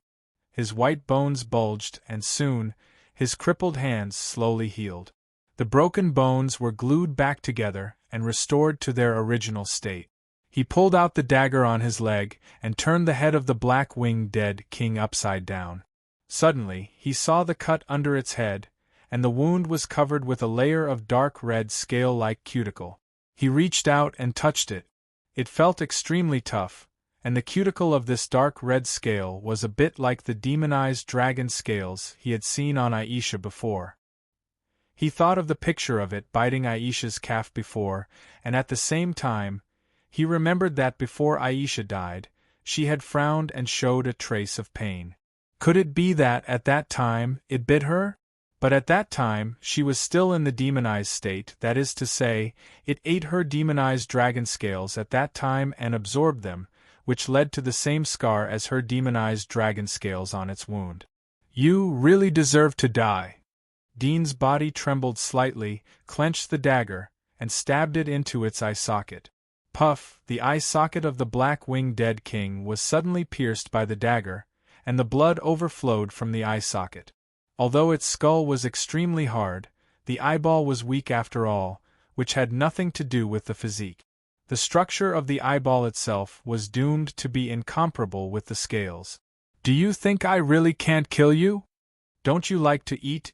Dean's face was ferocious, holding the end of the dagger, rotating in the eye socket of the dead king. At the same time, with his knee against its head, the other hand grabbed the soil and stones from the ground, and stuffed them into its mouth. When his dagger was rotating, suddenly, a high-pitched scream came out of the mouth of the black-winged dead king, which was extremely clear and harsh. Dean's eardrums were hurt by the scream, and there was a kind of pain of the magic sound drilling into his brain. He clenched his teeth, stabbed the dagger into the depths of its head, and then struggled to shake it left and right. While stirring, he felt that the brain tissue in its head was extremely tough, and the resistance when cutting was great. The scream of the black-winged dead king suddenly stopped, and the slightly opened mouth froze, completely motionless. Die! Die! Die! Dean did not stop here, still desperately stirring the dagger, wishing to stir it into a lump of mud, leaving no inch of intact tissue. Rumble! Suddenly, there was a slight tremor on the ground. Dean suddenly woke up and looked up. He saw a dark figure rushing in the distance. Most of them were humanoid, with different heights. It was the corpse tide that had been shaken off before. His face changed slightly, but he did not panic. He quickly stirred his hand and cut the facial muscles of the black-winged dead king. He used his fingers to dig from its eye socket, and suddenly pulled out a piece of cold dark brain tissue, a bit like powder residue, not sticky. He quickly smeared it on himself and on the armor of Aisha next to him. At this time, he saw that the silver metal belt behind Aisha was still tied with a waist bag. He immediately removed it and untied it. He saw a lot of metal bottles and cans inside, including a bottle of submerged corpse powder. He quickly unscrewed the bottle. There was some light blue powder inside. He immediately sprinkled it on himself and Aisha's body. He had seen this thing in the books of the fortress. It was more expensive than the Walking Dead powder. It could cover up its own smell to a great extent. Even the higher-level Walking Dead was difficult to detect. At the same time, the powder was mixed with the tissues of some high-level Walking Dead, so that the ordinary Walking Dead smelled it and would automatically stay away. With this submerged corpse powder, plus the brain of the black-winged dead king, Dean believed that he could escape the corpse tide. At this time, he also understood that the previous scream of the black-winged dead king was not a painful scream, mostly to summon the corpse tide. Rumble! As the tide of corpses gradually approached in the distance, the tremor of the ground became more and more intense. Dean's movements were calm. He tore a string of cloth from his body and pierced the other eye of the king of corpses. He tied the cloth from its two eye sockets and tied it to his waist. He wanted to keep this thing and humiliate it in the future.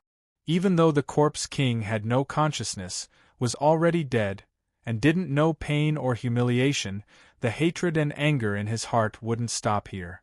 After tying it, he bent down to pick up Aisha on the ground and quickly ran away. Rumble!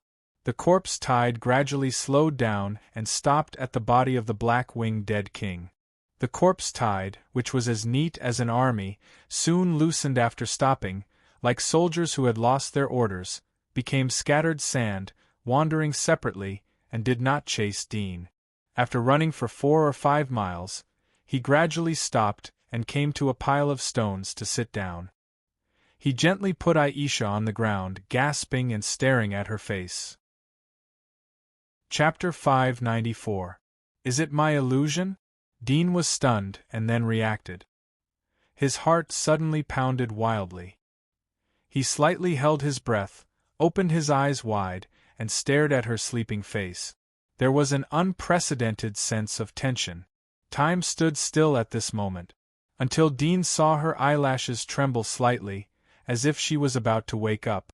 Dean only felt a slight tremor in his mind, and the blood in his whole body seemed to boil in an instant. He was so excited that his pores opened, and his fingers involuntarily clenched. It's not an illusion, it's real. She really moved. Dean was so excited that he wanted to jump and shout, but he held back. He suppressed his rapid breathing, carefully and gently approached her, and once again carefully looked at her face. Aisha's eyelids trembled slightly, as if she was about to open her eyes. Seeing such a reaction, Dean was so excited that his heart was about to burst. He was more excited and grateful than if he had received the whole world. His body trembled slightly, and he felt that there was suddenly a hot liquid flowing out of his eyes, blurring his vision. He quickly raised his hand to wipe it away, and then opened his eyes wide so that he could see her more carefully and clearly. At this time, Aisha's eyebrows trembled slightly, as if she was frowning, but also as if she was enduring something. Seeing this, Dean suddenly sobered up, and suddenly thought of the wound on her chest. He immediately looked at it and was stunned. He saw that the bowl-sized wound on her chest had disappeared at this moment, and it had healed itself. Only the hole in the breastplate seemed to prove that the previous wound was not an illusion. Is it her self-healing ability? Dean suddenly thought of this, and his heart could not help but secretly rejoice. At this time, he noticed that Aisha's fingers were trembling slightly, as if she was about to regain consciousness. When he noticed her trembling fingers, he suddenly saw that her fingernails were slowly growing in a subtle range. The original shell-like fingernails had become more and more slender, and the front of the fingernails was pulled forward, becoming a little sharp. On her white arms, faint dark marks slowly appeared, as if the hidden blood vessels in the skin were revealed. But the color of these blood vessels was not dark red, but deep pure black. Dean was slightly startled, and could not help but glance at other parts of her body. Soon he found that in addition to her arms, her neck also slowly appeared pure black lines like blood vessels. Could it be a secret technique of the Dragon Clan? This doubt appeared in his heart, and at the same time, an even more terrifying thought appeared in his mind. However, he suppressed it and did not dare to think about it. However, the excitement in his heart slowly subsided and was replaced by nervousness. Suddenly, he thought of a way to completely erase the suppressed terrible thoughts. He immediately narrowed his pupils and looked at Aisha with his thermal vision. He saw that Aisha was lying in front of him. Her body didn't have the slightest heat reaction. It must be known that her demon dragon mark wasn't a cold-blooded demonic creature. Unless she deliberately concealed it, her body would emit a powerful heat source. But, at this moment, there was no such thing. How could this be? Why was this happening? Dean's face became ugly. He slowly leaned down and put his ear gently on her chest, for fear of pressing her, and then listened to her heartbeat. 1 second, 2 seconds, 3 seconds, half a minute passed, but Dean didn't hear a beat. How could this be? Could it be that she was using the dragon blood art to suppress it? Yes, it must be like this. he gasped and looked up at the girl again. In a blink of an eye, her face also protruded with dark black lines. The shape was very similar to the meridian's, which was particularly conspicuous under the snow-white skin. He looked down and saw that her nails were still growing.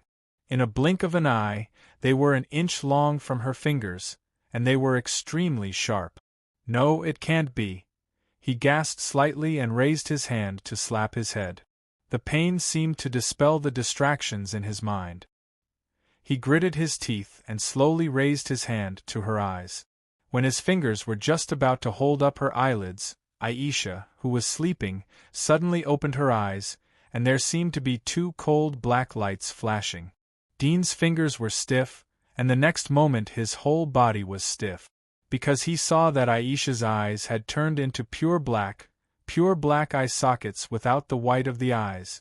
This kind of hair-raising eyes made two words appear in his mind in an instant: Corpse King.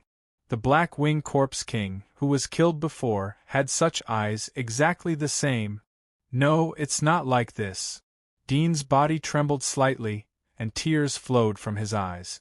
When he saw her opening her pure black eyes and looking at himself, his face immediately held up a tearful smile, just as the girl had hoped to see before, a brilliant smile. "You woke up. I knew you would be fine." Dean grinned and said as if nothing had happened.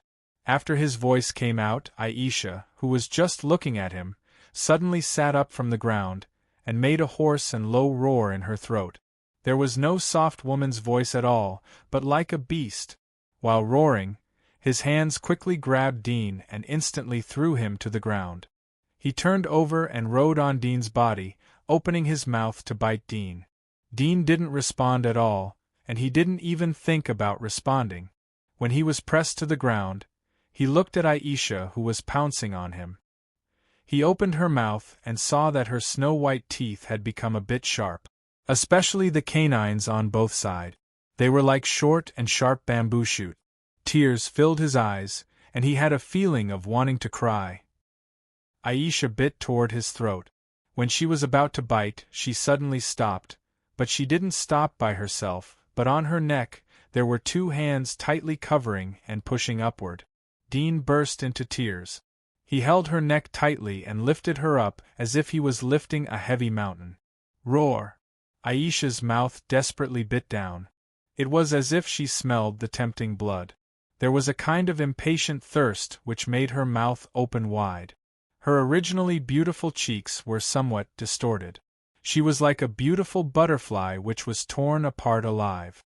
There was no longer the previous beauty.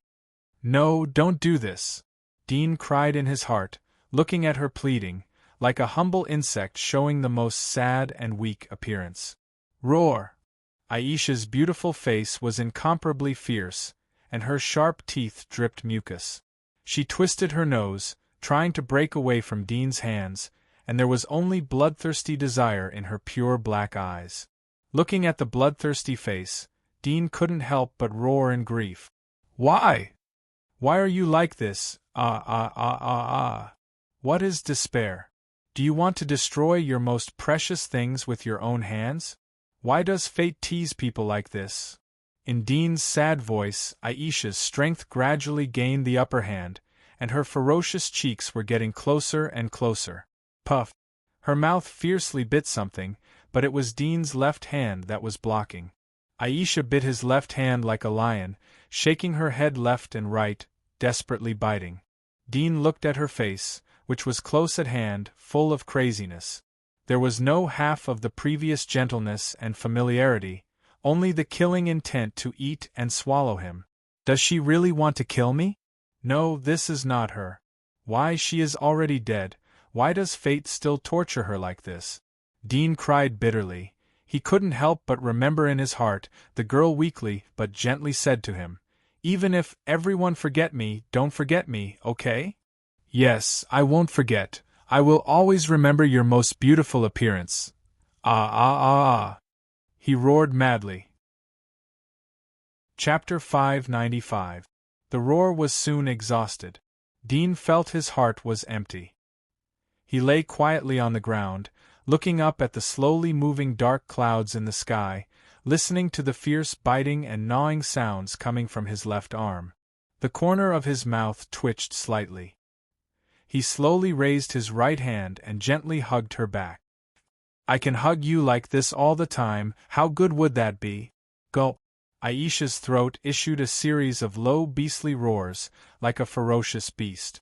The sound of biting was accompanied by the sound of swallowing thirstily. Dean's eyes slowly moved down to her body. There was a trace of tenderness in his empty and numb eyes. His palm gently stroked the silky hair on her head, like stroking a kitten curled up in his arms. Aisha was startled when he touched her head. She suddenly raised her head. Her beautiful face was full of fierceness. She glared at him ferociously with half a piece of crystallized flesh in her mouth. Dean just looked at her gently. His eyes were extremely gentle, as if saying, "Don't be afraid, I will always be here." Aisha suddenly opened her mouth and rushed to bite his neck with her sharp teeth. Whoosh! Dean's right hand that was stroking her hair suddenly turned and pressed against her neck. There was a bit of pain and sadness in his eyes. He said in a low voice, "I'm sorry, roar." Aisha ignored him and rushed over with a fierce roar. Dean's arm tightly pressed against her neck.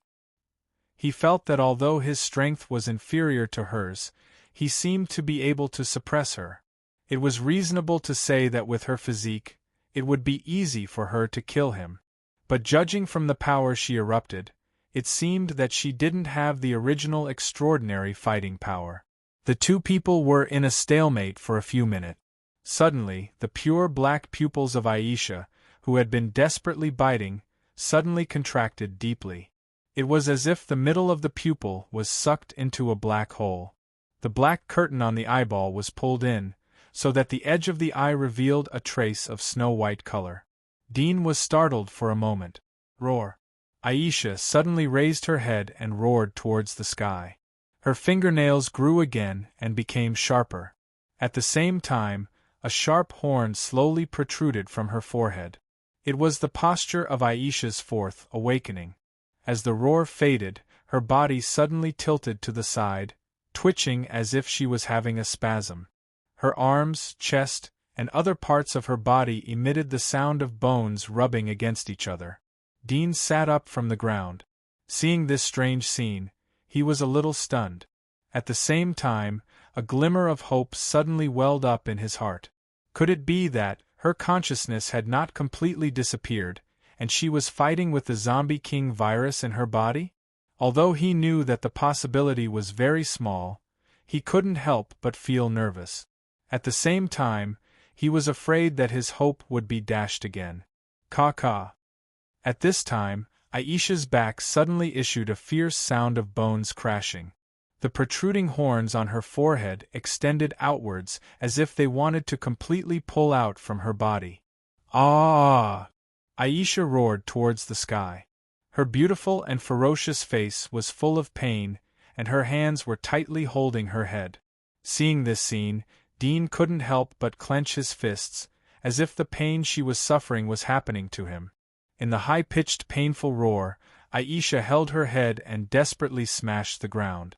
The horns pierced the ground and pierced a hole.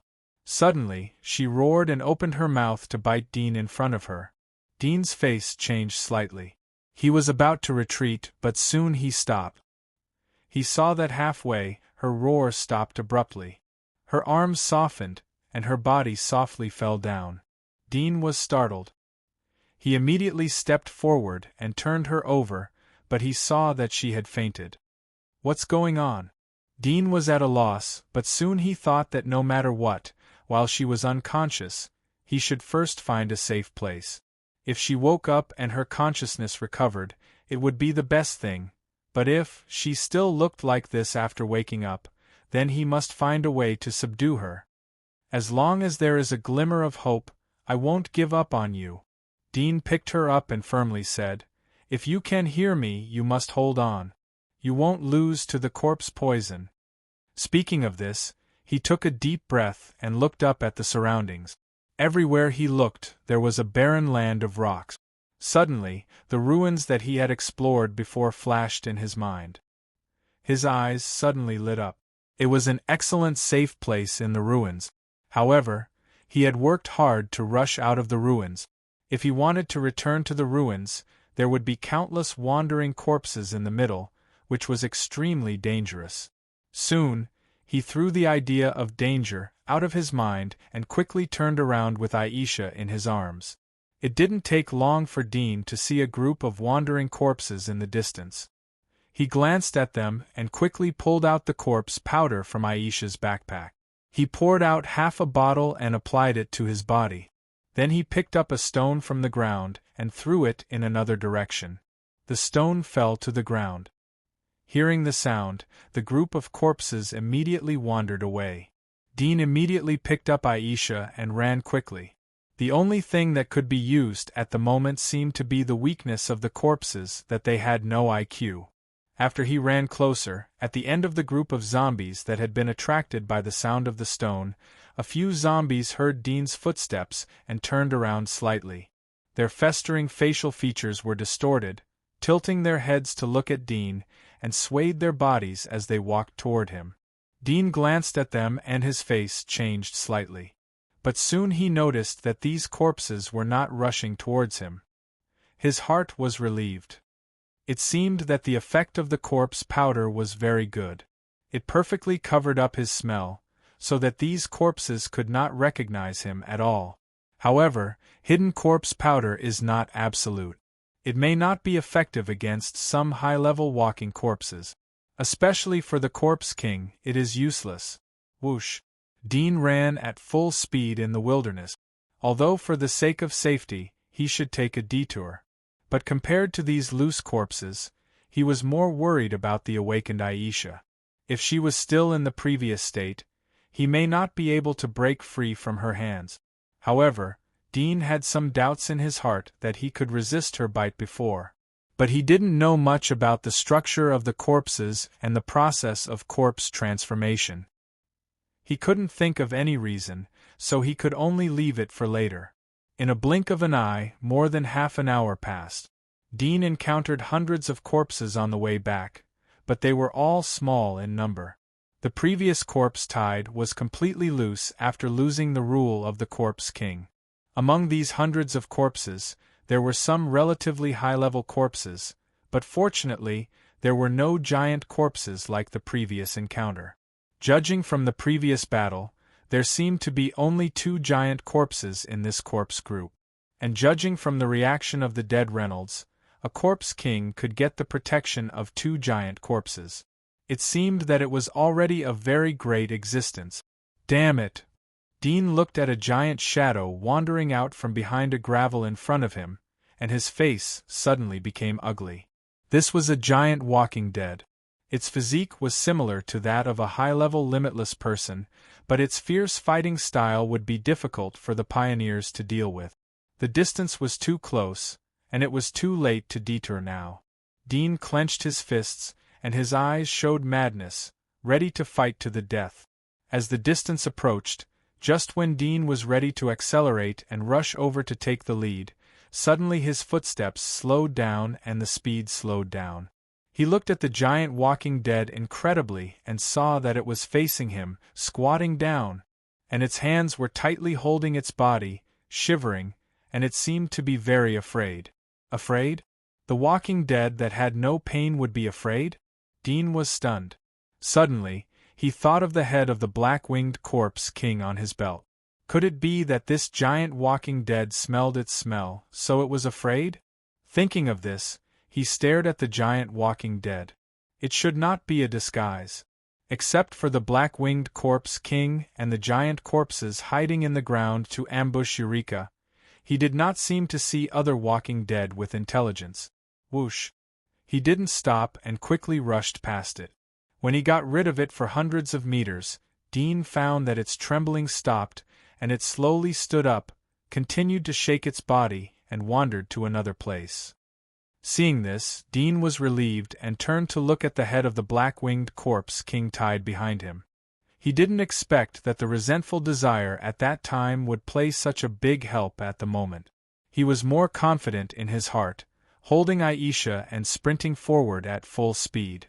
After encountering the giant god's corpse, he encountered some beastified strange walking corpses, but without exception, these high-level walking corpses would stop wandering when they were within a few hundred meters of him. They would crouch and shiver or curl up.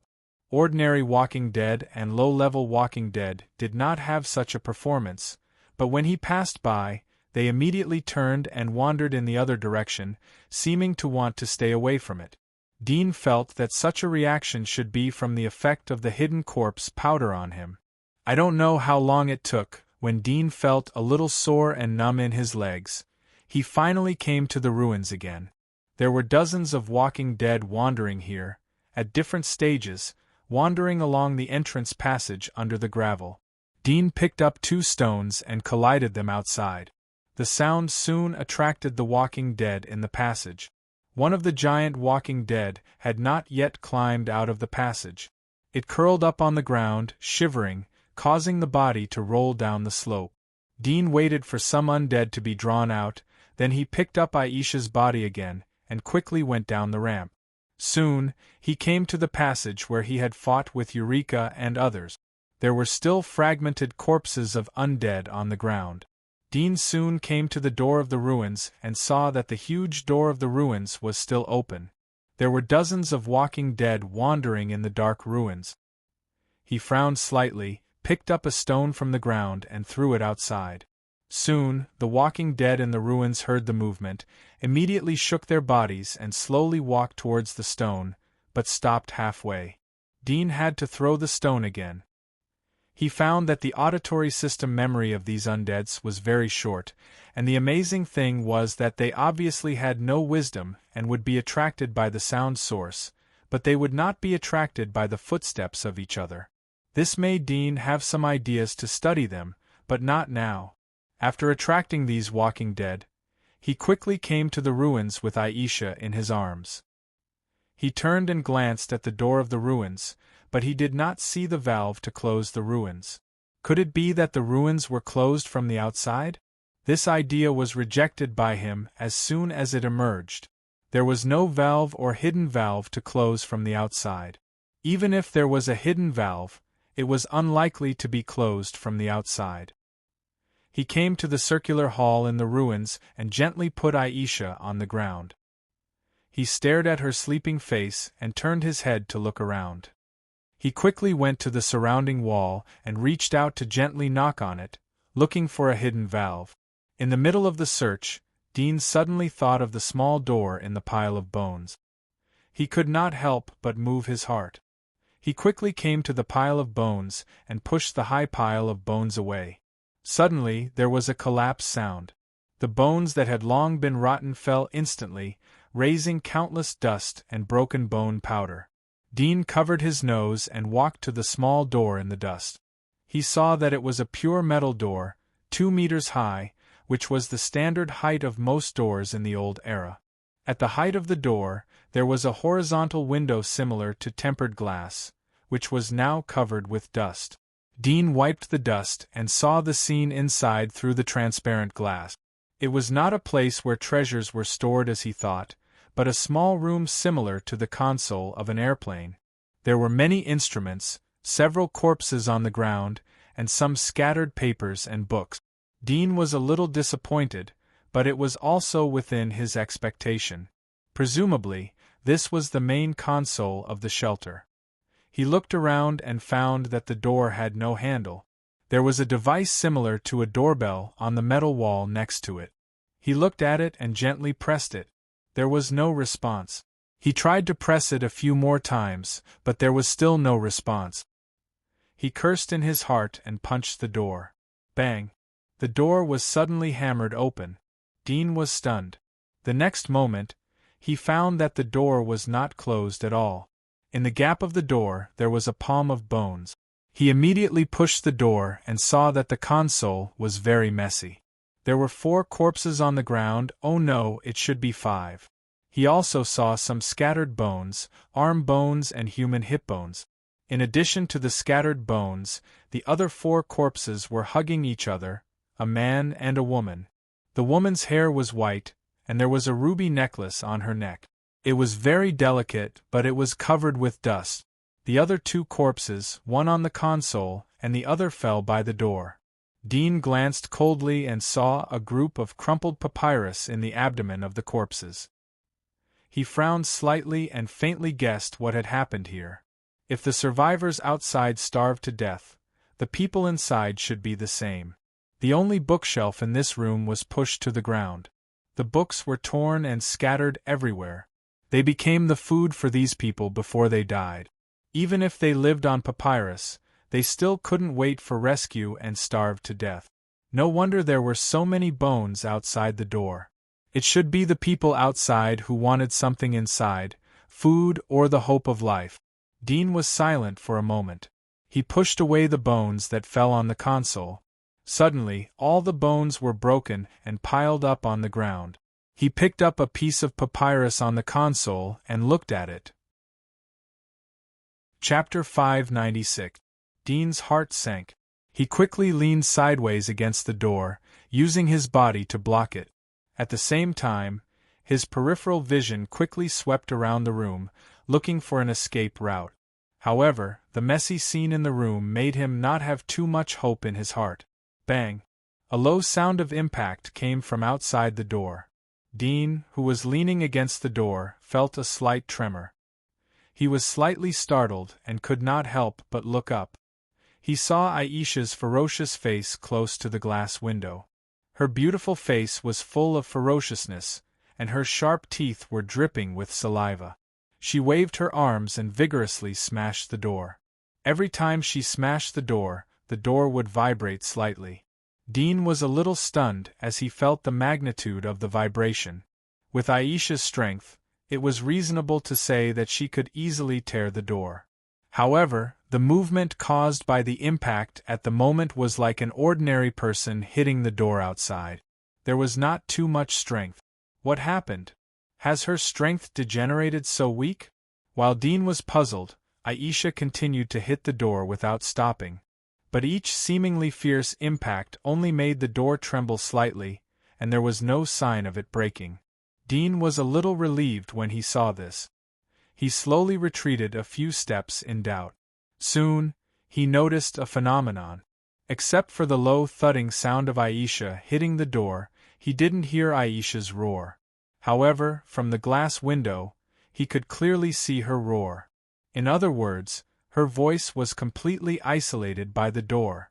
It was obviously close at hand, but no sound penetrated through. It's not that her strength has degenerated, but the material of the door is too tough? Dean's eyes flickered slightly. He felt that this was a little more likely. Since this place was called a shelter and could withstand the impact of the disaster, the general metal material should have long decayed, but there was no sign of oxidation or rust on the surface of the metal here. Puff! While Dean was guessing, Aisha suddenly raised her claws and slammed the window on the door. The transparent window that had accumulated dust did not break on the spot, but was dented by her claws. Dean was startled. He immediately knew that the window on the door was not tempered glass as he had previously thought, but a more advanced synthetic material with a little glue component. It was very tough. Aisha roared, raised her claws and pounced again. With a hissing sound, the recessed window was immediately pierced through by her sharp claws. Buzz! Suddenly, an alarm sounded in the room, and a red light shot out from the small holes on the wall beside the control panel. At the same time, an electronic voice came from the control panel with all kinds of buttons and joystick. Alert! Warning! You have been hacked. Do you want to activate the attack system?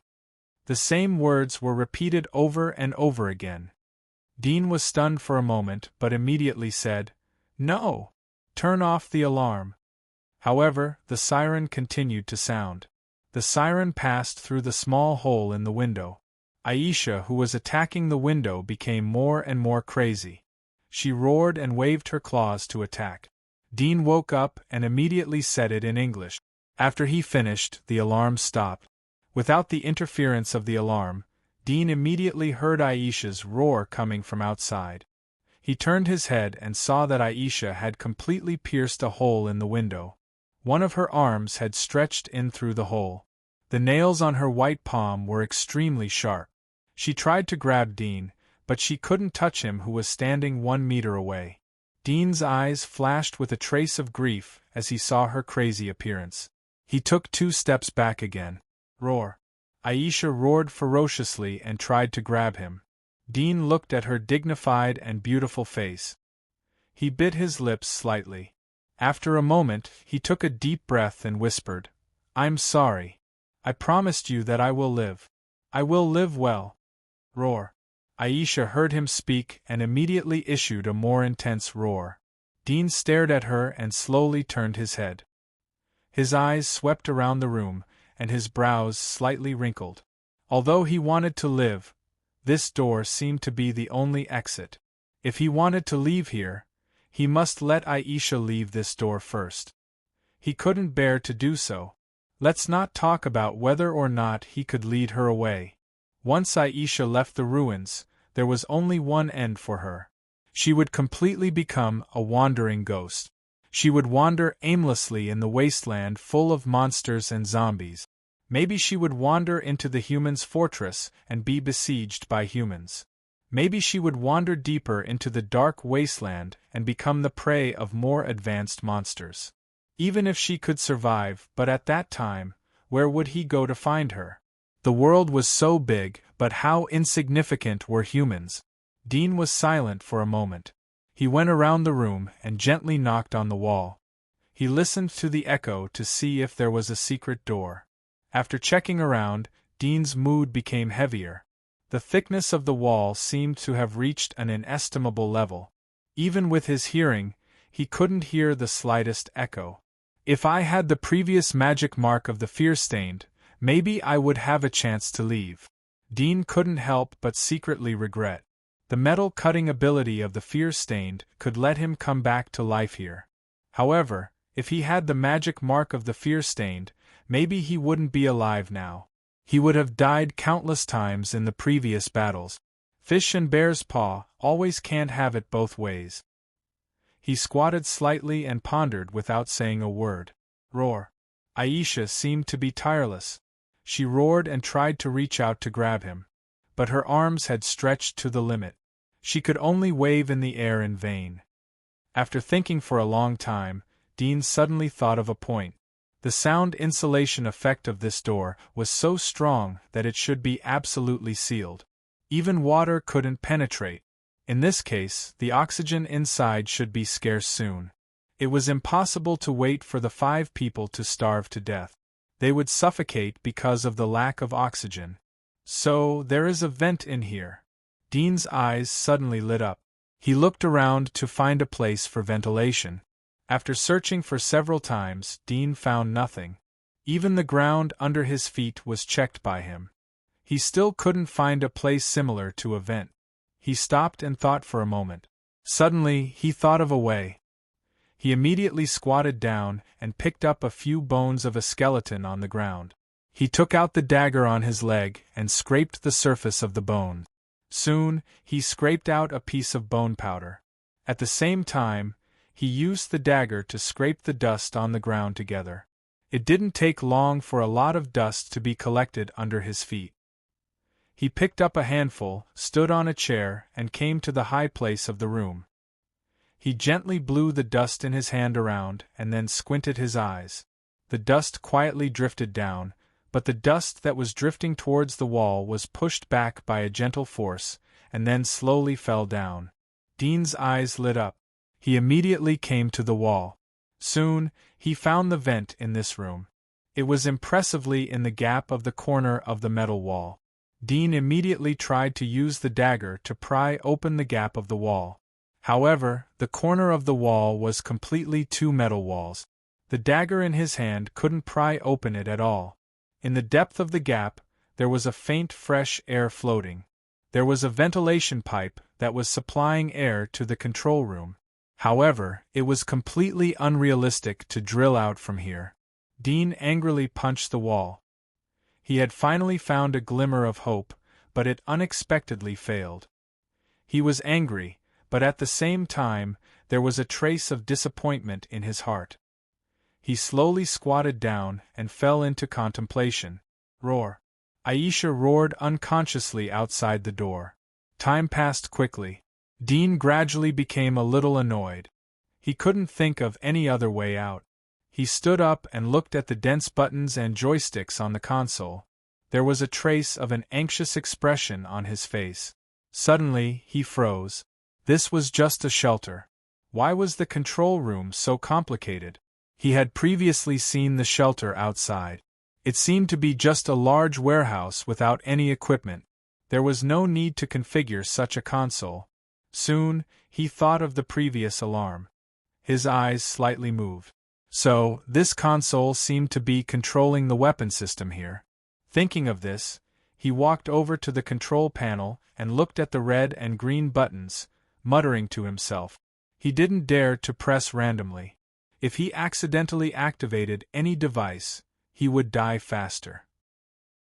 Even if he didn't activate any device, but if he accidentally activated the door, then Aisha would immediately rush in and tear him to pieces. He didn't think that the door could only be closed by manual. Among these buttons, it was likely that there was a control mechanism to open and close the door. Thinking of this, he suddenly lost the idea of trying. He turned around and glanced at Aisha at the door. Soon, he retracted his gaze and sat on the chair next to him. When his arm rested on the back of the chair, he suddenly remembered that his left hand had been bitten by Aisha. When he looked at his left hand, he suddenly saw that a large piece of the left arm's bicep was bitten off. In addition, his left hand had been crystallized. The bitten part had turned dark, like a mass of frozen thick ink that was slowly fading away. Dean's heart sank when he saw this. He was not worried that he would be infected, but Aisha could actually transmit the ptomaine to him through biting. This showed that the ptomaine in her body didn't only spread in her body, but had completely mixed with the blood in her body. In such a situation, even if it was not ptomaine, if it was replaced with other toxins, it would basically be beyond cure and death was inevitable. If that was the case, then her sudden convulsions and fainting earlier were most likely not the stubborn resistance of her consciousness against the corpse poison that he had thought. Instead, her body was being modified by the corpse poison, and as she gradually adapted, her body began to convulse instinctively. Thinking of this, he slowly looked up at Aisha's arm that stretched out from the window. There was a burst of sadness in his heart. He only felt that the beautiful face was getting farther and farther away from him. After a long time, he slowly calmed down, holding a dagger to cut off the thick black part of his left shoulder. The crystallized arm made the ptomaine that penetrated into it spread extremely slowly. Because of the crystallization, the self-healing ability of his left hand was also very slow. However, there was no pain. Although the wound on his arm looked extremely frightening, he didn't feel a trace of pain, so it didn't affect his actions. After dealing with the wound, he slumped on the chair and silently looked at Aisha. Although her face was ferocious, her eyebrows were still beautiful, making him vaguely recall the previous scenes. In the ice cave, in the wilderness, in the fortress, in the memory, the decadence on his face gradually dissipated, and there was a faint smile. In the blink of an eye, 2 days had passed. Dean stayed in the control room without eating or drinking, but because there was no strenuous exercise, he was able to support himself. But the feeling of hunger still came from time to time. He couldn't help but think that maybe he would be trapped here and starve to death like the 5 people here. During the rest, he thought about the way to leave, and at the same time, looked through the scattered books on the ground, hoping to find an instruction manual that introduced the relic console. But after 2 days of searching, there was no one related to the shelter. All of them were great books that represented the civilization of the old era. Spiritual food. Haha. Dean threw away the great book about human history in his hand. He stroked his slightly growling stomach, feeling a little bitter. He leaned against the bookshelf and looked up at the console with complicated buttons. In the past 2 days, he tried to communicate with the intelligence system in the console in English, but the latter didn't pay attention to him. Perhaps the clever intelligence system heard his voice, and it wasn't the voice of authorization? He felt a little powerless as he thought about it. Roar. Aisha growled and twisted her palm slightly. After 2 days of growling, the frequency of her growling seemed to have decreased. Dean turned his head and looked at every inch of her face. Was it that the only way to survive was to lead her away? But that also meant that he would lose her completely. In the future, he wouldn't even be able to see her current appearance. Why did he always have to face such a painful choice? Why did he always have to choose between yes and no? He felt a little tired. He looked up at her silently, just wanting to engrave her appearance in the depths of his soul. Time passed little by little. Grumble. Dean lowered his head and reached out to touch his stomach. He thought bitterly, "Do you feel hungry too? Do you want to eat?" "Don't scream," he said to his stomach. After that, he looked up at Aisha again, but the next moment, he suddenly froze. "Scream? My stomach growls when it's hungry?" He was startled. His eyes slowly widened, and his face showed a strong shock. There was even a trace of disbelief and excitement on his face. "Scream? My stomach will scream when it's hungry?" Dean suddenly sat up and clenched his fist. He felt his whole body was excited. He couldn't help but look up at Aisha, who was looking at him with a ferocious face. He suddenly had an impulse to rush up and hug her. Chapter 597. Roar. Aisha heard the sound and roared as if she was disturbed. Dean looked at the beautiful and ferocious face of the girl and slowly stopped laughing. Now, he had recognized the reality. The proud and gentle Aisha can't come back anymore. Miracles would not happen to him. In that case, he could only create miracles by himself. "I will let you return to your original appearance." Dean's eyes were extremely gentle. He stared at her and whispered softly, like a whisper to the most passionate lover.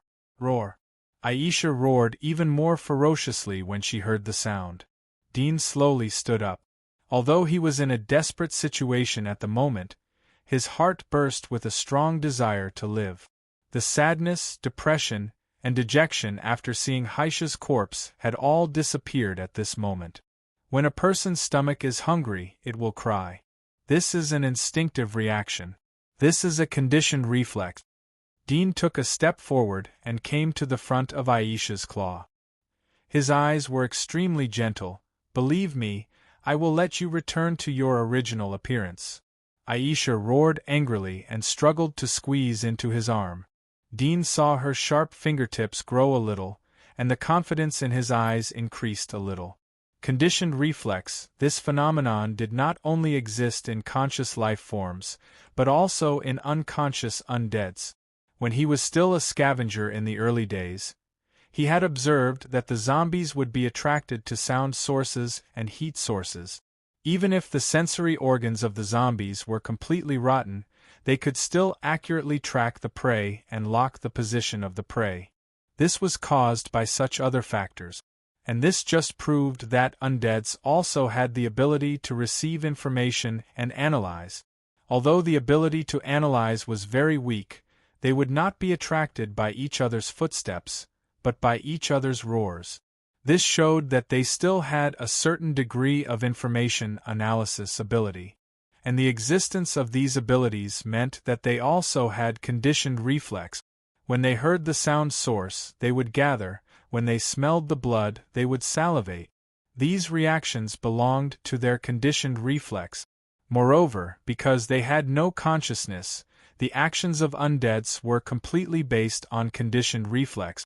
If it wasn't for the inspiration that flashed in Dean's mind when his stomach was growling, he wouldn't have taken the conditioned reflex, which was a phenomenon that he was accustomed to and didn't even include in his thinking. However, this common phenomenon that most people would not notice had ignited his incomparable hope and faith. What can a conditioned reflex do? When a person's finger was burned by a flame and hurt, they would reflexively withdraw their hand. When the smell of food, people will instinctively feel hungry. It was a kind of conditioned reflex. This was also the main method of taming police dogs and other animals in the olden days. Undeads also have conditioned reflexes. Can they be tamed in the same way? Although he hadn't tried it yet, Dean had great confidence in his heart. She's acting like this because of the information I'm emitting, making her think that I'm something delicious. That's why she wants to pounce on me and bite me. However, she won't bite a stone. It's not that the stone doesn't emit information, but she's received the stone's information. After analyzing it, she came to the conclusion that the stone can't arouse her desire to attack. Dean's expression was particularly serious. His eyes flickered slightly, thinking about ways to tame her through conditioned reflex. He knew that once he completed the taming, he could keep her by his side forever. This was the last desire of his life.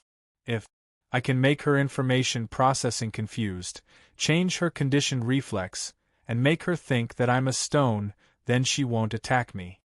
Dean frowned and thought, in this case, first of all, I have to make her no longer respond to blood, but this seems a bit wrong. Undeads thirsted for blood, just like humans thirsted for food. Instincts were the hardest things to change, and there was no one else. He held his chin and pondered for a moment. Soon he knew where his mistake was. People in the olden days used conditioned reflex to tame police dogs, not to suppress the instinct of police dogs. On the contrary, they used some instructions to replace what the instinct of police dogs needed. Use conditioned reflex to add instructions to tame. Dean muttered to himself. After pondering for a moment, he gradually understood that if he wanted to use conditioned reflex to tame Aisha, he must first establish order. For example, feeding on time, prohibiting roaring, and so on. Thinking of this, he sat cross-legged and began to draw up a taming plan in his mind. When he was halfway through the idea, his stomach growled again. He immediately stopped and frowned. Not to mention the training plan for the time being, his own survival had become a big problem. He looked up at Aisha.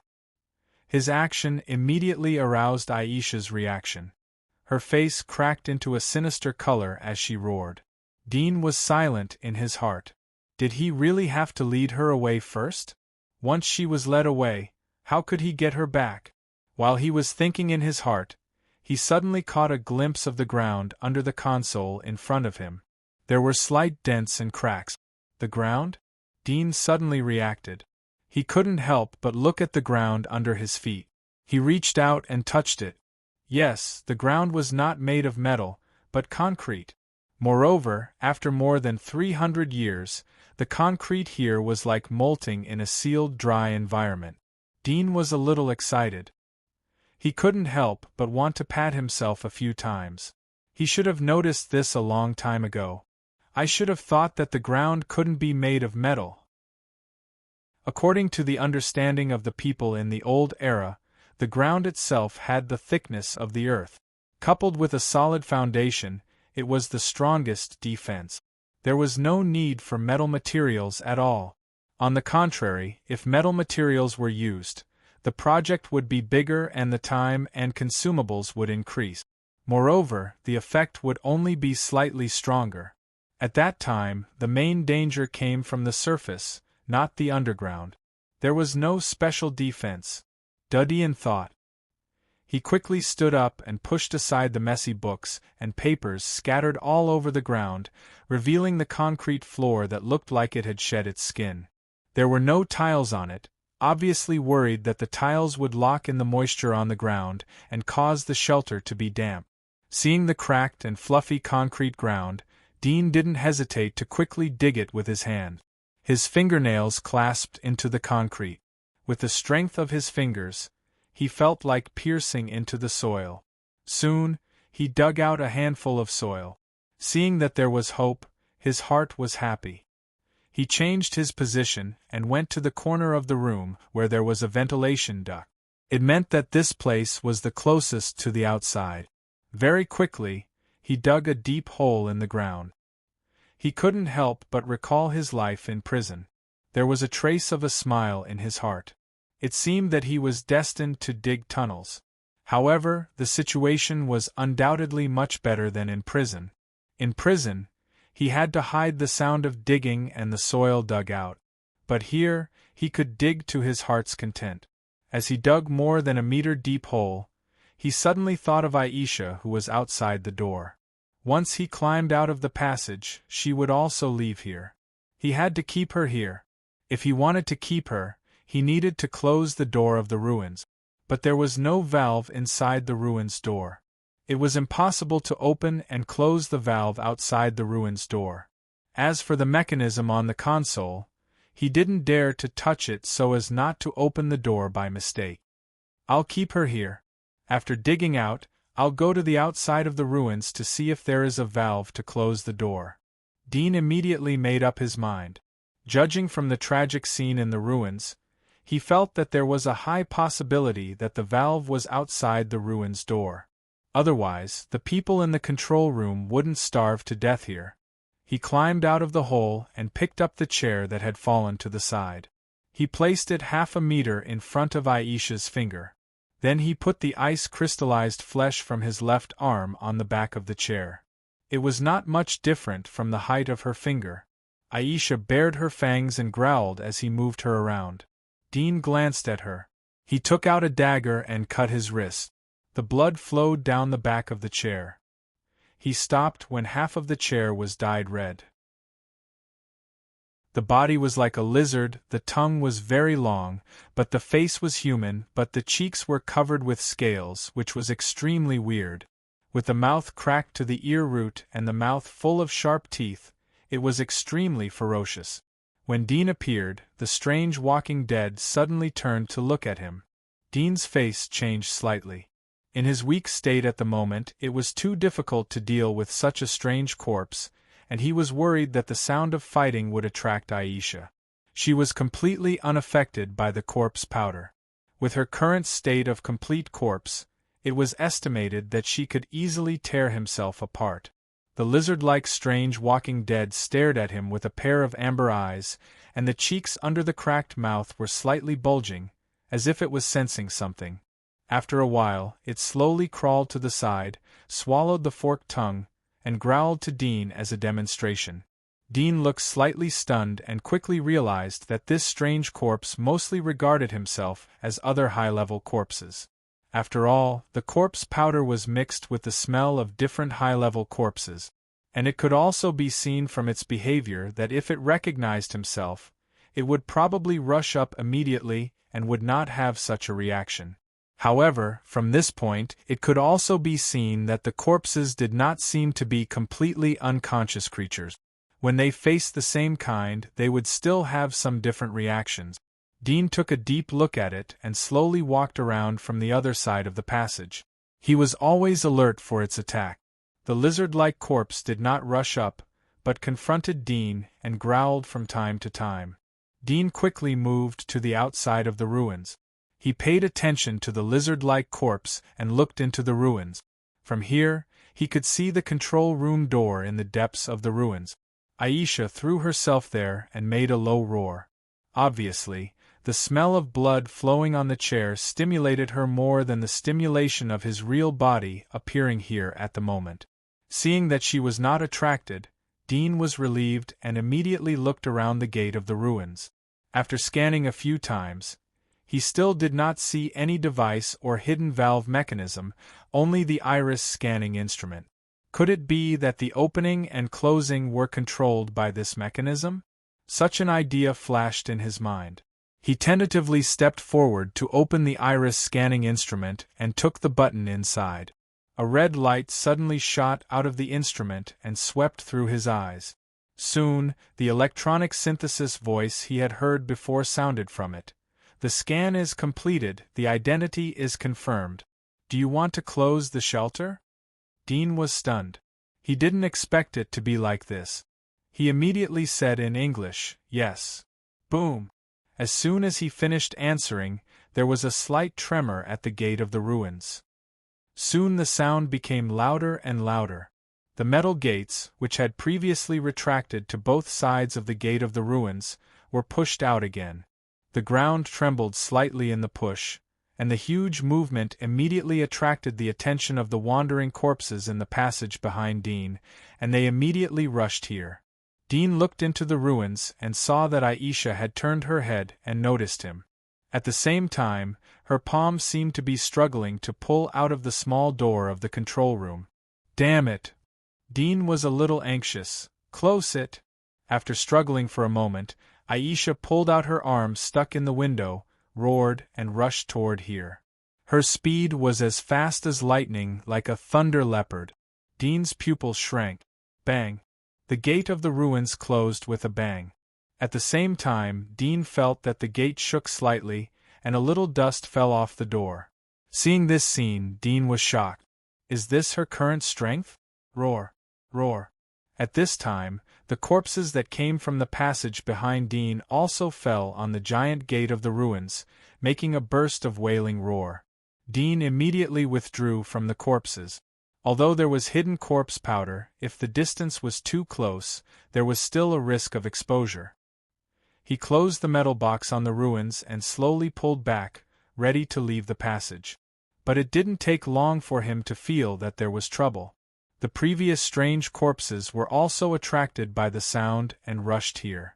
The distance between them was only about 3 or 4 meters. Such a distance! For the perception of high-grade corpses, it was a little too close. Moreover, Dean saw that there seemed to be some fierce light in its eyes. Chapter 598. Hearing this voice, Dean was shocked. Is there someone? Is it the dragon guard of the dragon clan? At this time, the undeads in the cave also seemed to notice the voice. They turned their heads and looked toward the exit of the passage, and then slowly swayed their bodies and roared as they wandered over. Lower your voice!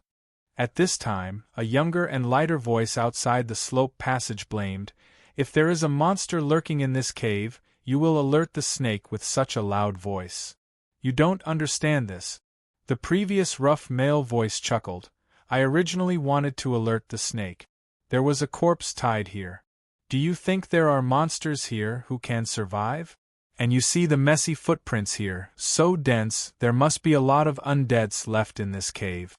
When they hear my voice, they should be let out. If there are no undeads, it means that there are monsters living in it. If there are undeads, we will solve it.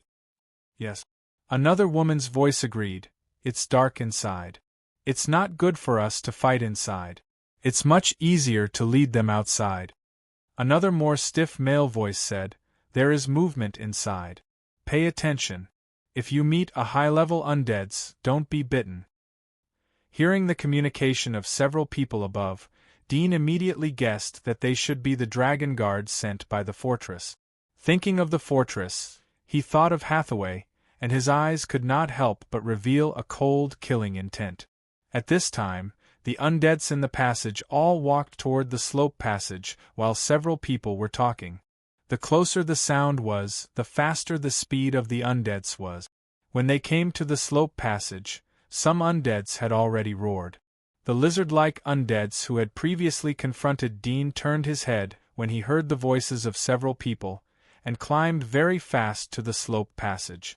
In a blink of an eye, most of the undeads in the passage left. Dong! Dong! Dean heard a low sound of impact. He couldn't help but look back at the door behind him. He saw that every time the sound of impact sounded, the door would fluff a little dust. I'll be back in a minute. Dean looked at the door of the ruins and whispered to Aisha inside. After that, he followed the corpses and slowly came to the slope passage. At this time, there was a fierce battle outside the slope passage. Several people fought with the lizard-like strange walking dead. From time to time, there was a scream of horror. It seemed that the battle was extremely dangerous. Dean's eyes flickered slightly. When the sound of fighting gradually moved away from the exit, he slowly climbed to the top of the slope passage and exposed a little vision to look out. Suddenly, he saw that in the open space hundreds of meters away, 5 figures were surrounded by corpses.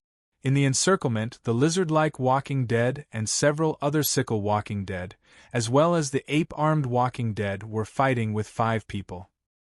Dean glanced at the armors of the 5 people and found that, as he expected, they were dragon guards. He narrowed his eyes slightly and slowly tightened his grip on the dagger, waiting for an opportunity to ambush.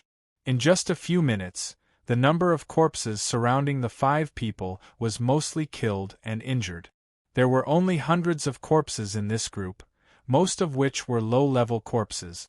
If there were no strange walking dead and a few middle-level and high-level corpses to pin down the 5 people with their skills, it would be easy to annihilate such a small corpses. Soon, one of the rough and strong men was thrown down by the strange walking dead. Fortunately, his companion rescued him in time, so he was not bitten by the strange walking dead, but the armor on his chest was scratched and a blood mark was torn. After more than 10 minutes, the battle gradually subsided. The corpses were completely annihilated, and the fierce lizard-like strange walking dead was also killed by several people, with its head cut off. Among the 5 people, one of them had his arm bitten by an ape-armed walking dead, and was cut off by his companion in time. The other people were also injured in many places, and some were bitten and scratched by low-level corpses. After the battle, several people gasped and took out medicine to start treatment. Dean squinted for a moment and slowly groped out of the slope passage. Although his abdomen was hungry and empty, he still forced the blood in his body through the dragon blood technique and entered the state of bones. Whoosh! He suddenly rushed out, without any intention of lurking in the past. In the previous battle, he noticed that the only woman among the 5 people had a strong perception. If he lurked in the past, he would be noticed by them and lose the best opportunity to attack. Gaston was just about to ask Gervin about the injury of the broken arm. Suddenly he heard the sound of the wind and he was shocked. He turned his head and suddenly saw a ferocious figure covered with white bones rushing quickly, and his movement was extremely fast. Not good! Gaston's face changed and shouted, "There is an enemy!" Several other people also reacted and immediately noticed the ferocious strange man rushing over. When they noticed, the ferocious strange man had appeared in front of them. The distance of 100 meters was just a moment for Dean. Puff! Dean took the lead to kill the nearest rough and strong man. The rough and strong man reacted very quickly. With a roar, he raised his arms covered with light golden scales to block. The golden scales on his arms, together with his armor, formed a double defense. His magic mark was the Steel Dragon magic mark, known as the strongest magic mark among the rare magic marks. Puff! Dean's arm shook, and his attacking posture changed instantly. Along the gap between the rough and strong man's arms, he stabbed the dagger into the man's eye socket.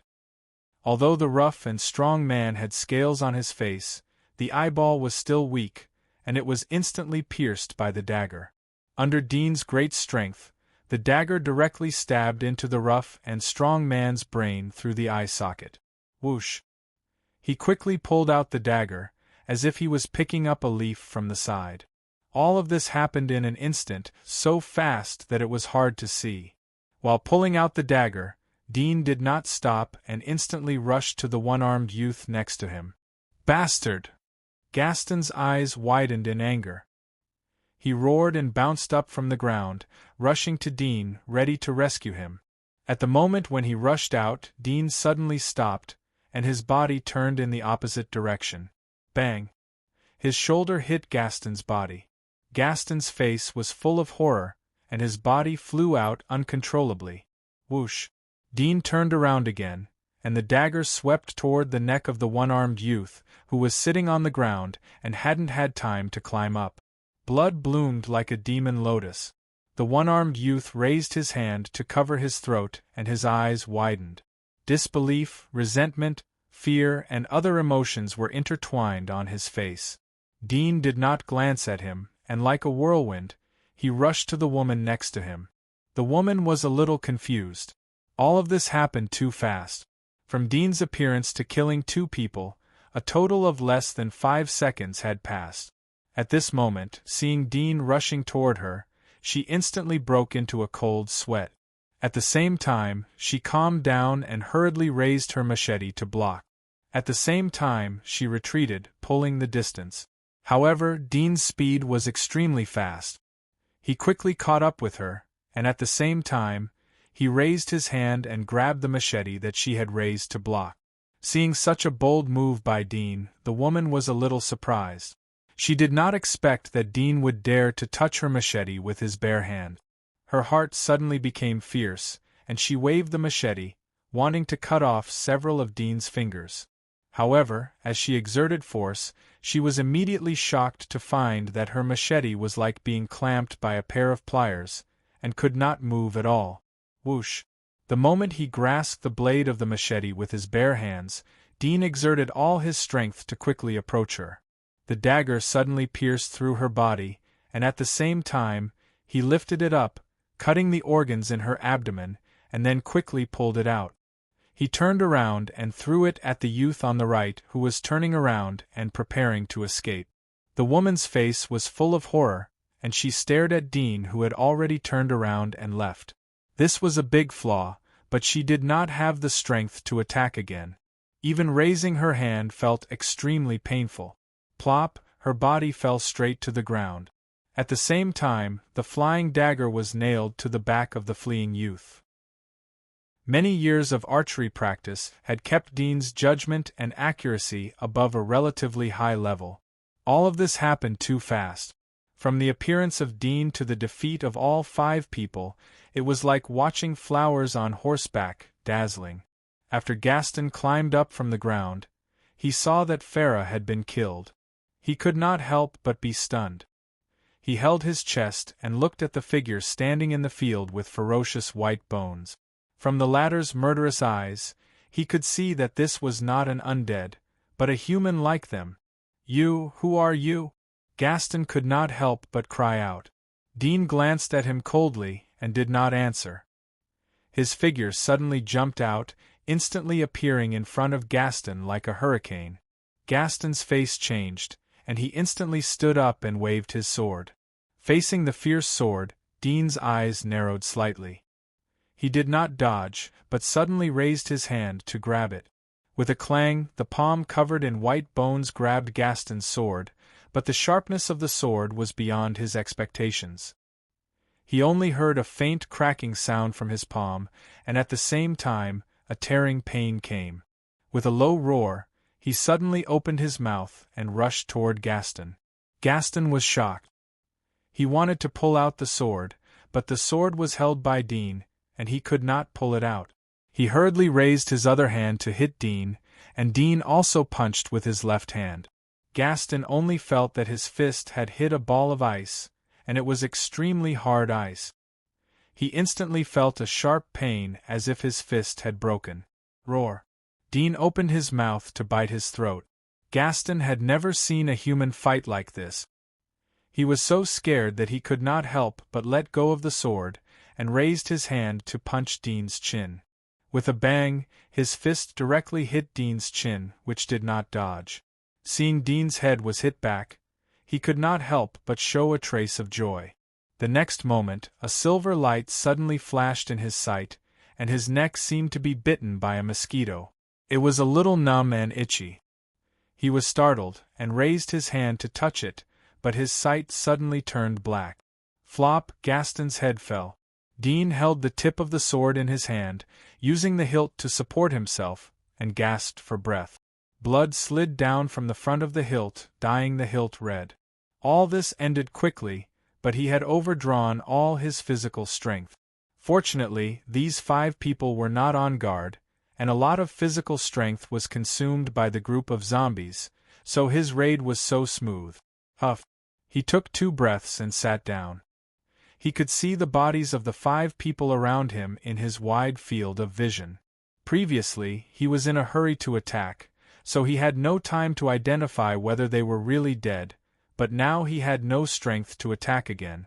Even if someone was pretending to be dead, he could only pretend that he still had strength left, so that they did not dare to attack rashly. After resting for a moment, he got up and went to Gaston's body, which was clearly dead. He opened his backpack, and immediately saw the food and water he wanted to see. He immediately unscrewed the bottle, tore the food packaging, and swallowed. While eating, his eyes were constantly paying attention to the movements around him, beware of unknown sneak attacks. After eating, he felt that the burning hunger in his stomach suddenly faded, and his stomach felt full, as if his body had regained strength. Chapter 599. Dean arrived in front of the youth who was nailed to death by the dagger. He was about to make a move when the youth's body suddenly turned over and quickly pulled out a knight's sword from his arms. He turned around and stabbed towards Dean's chest. Dean was slightly surprised. Fortunately, he was prepared. The sword in his hand was raised reflexively, blocking the sword. He quickly lifted his foot to kick the young man's shoulder, and at the same time, forced out the semi-evolved state again. Seeing that the sneak attack failed, the young man turned and ran away with an ugly face. Dean immediately dropped the backpack in his hand and quickly chased after him. In his current state, his speed was close to that of the pioneers, so he easily caught up with the young man. He quickly waved his sword, and the young man was cut down again. Dean slowly retracted the semi-evolved state, gasped, and dragged the young man's body back. He turned his head and glanced around. The smell of blood here should attract the high-level undeads wandering nearby again. He didn't continue to stay. He came to the passage not far away, moved the stones, and then carried the bodies of the 5 people here. One by one, he transported the bodies to the small room of the control panel below the passage.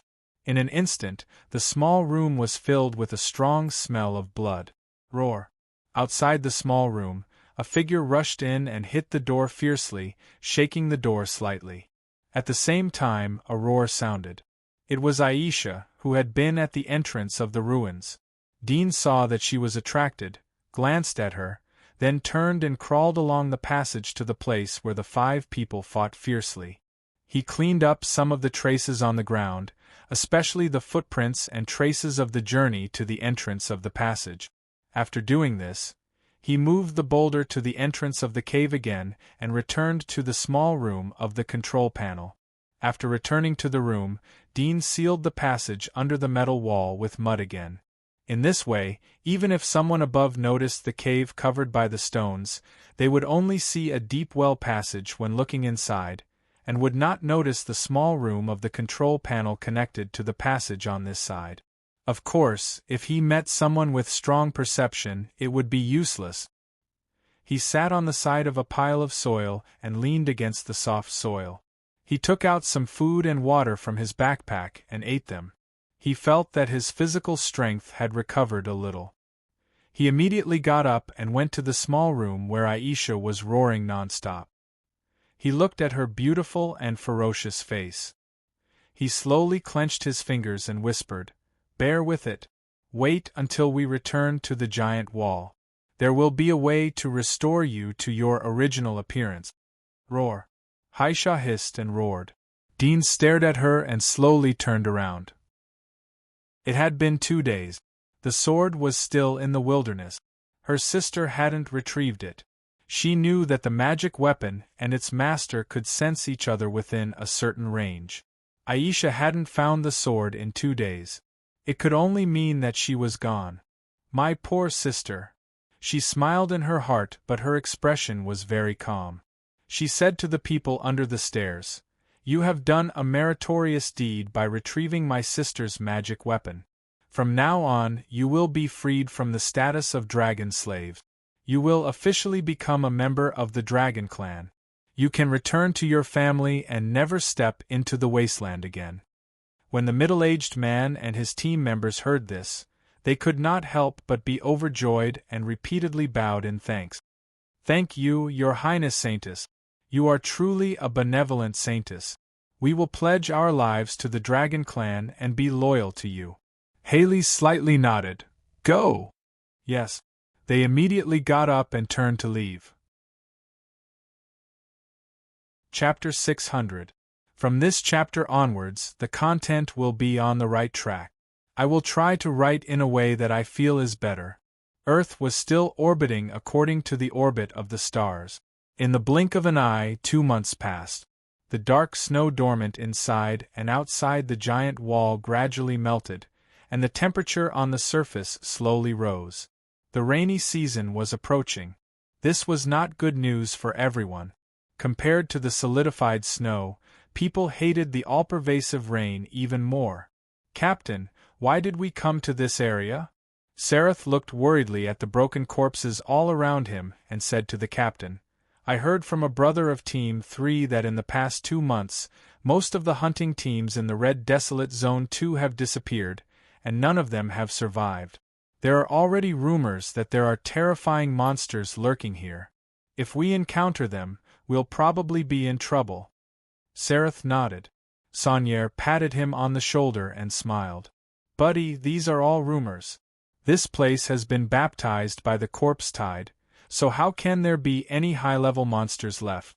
The corpse king that gathered the corpse tide has long been killed, and its weapons have fallen into Her Highness Hathaway's hands. God bless us. I hope we're fine." Sereth's worry did not disappear as he prayed. Langdon smiled. "This is the wasteland, the forbidden land of God. Even if there's a God, he can't protect you." Sereth glared at her. "Nonsense. This world was created by God. Don't blaspheme God anywhere in the world." Langdon was unhappy when she heard this. "Even if there's a God, he's an evil God." "Shut up," Saunier suddenly said. The two ignored him and continued to argue.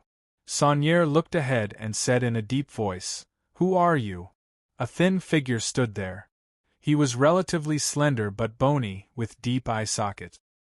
He was wearing tattered armor with the faint engraving of the dragon emblem. At this moment, he was staring straight at the 5 of them.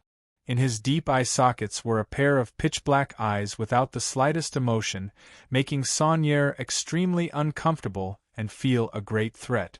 Langdon and Sereth immediately sensed the silent appearance of this figure and were shocked, especially Langdon. She had the ability to detect heat sources. Although she was arguing with Sereth, she was constantly observing the surroundings and did not notice when this person had approached and appeared directly in front of them. It was not an exaggeration to say that he was a ghost. The ghostly figure did not reply. He looked at them indifferently with his dark eyes, and then his figure suddenly flickered and disappeared into thin air. Seeing the latter disappear, Sereth was bewildered. Was it an illusion just now? The next moment, he heard Captain Saunier shout, "Be careful!" Just as he reacted, he suddenly saw the ghostly figure that had disappeared earlier appear directly in front of him as if it had teleported. This change was beyond his expectations. Just as he was about to block, he felt a pain in his abdomen, and his body was sent flying. After sending one person flying, the ghostly figure dashed forward like a wolf in a flock of sheep. In the blink of an eye, Langdon, who was proficient in perception, was knocked down. A cold light slashed across Langdon's snow-white neck. The girl's eyes widened as she fell to the ground unwillingly. "No!" Saunier's eyes almost popped out of their sockets. With a roar, he drew his sword and rushed out. His sword was light, sharp, and fast. However, after exchanging blows several times, the sword was unable to even touch the ghostly figure. Soon, when their palms crossed, Saunier's sword mysteriously disappeared and fell into the hand of the ghostly figure. The next moment, with a flash of light, Saunier's body stiffened. He raised his hand to cover the blade in his chest. For the first time, he truly felt the sharpness of the sword. After he fell, the ghostly figure pulled out the sword and flicked its finger. The sharp sword flew out and stabbed into the ground, trembling non-stop. The ghostly figure bent down to pick up the corpses, turned around, and ran away quickly. The way it ran was like a gorilla in the forest. Soon, the ghostly figure stopped in front of a boulder. It moved the boulder away and threw the 3 corpses into the passage. Then it slid down the passage and climbed out from the other side. It returned to the control room where it had been living for 2 months. The small room was rather messy. Bones were scattered all over the floor, all of which had been gnawed and stained with blood. Most of the bones were still stained with blood and flesh. Other than that, the stink of feces and urine drifted over from the corner of the wall. Above the stink of filth, the treasures of human civilization on the bookshelves were covered, but it was still difficult to cover the disgusting stench. Dean threw the 3 corpses into the small room buried deep in the ground. He lay down and rested. He didn't care about the stench in the air. While resting, he looked at the beautiful figure standing quietly a few meters in front of him. Compared to the bloody, chaotic, and filthy environment around her, she was like a green lotus. As long as he gazed at her, even in such an environment, Dean didn't feel the slightest bit tired. The surrounding bones were like flowers in full bloom, and each one was floating with a pleasant fragrance. His cheekbones were so thin that his cheekbones were prominent. There was a smile on his cheekbones.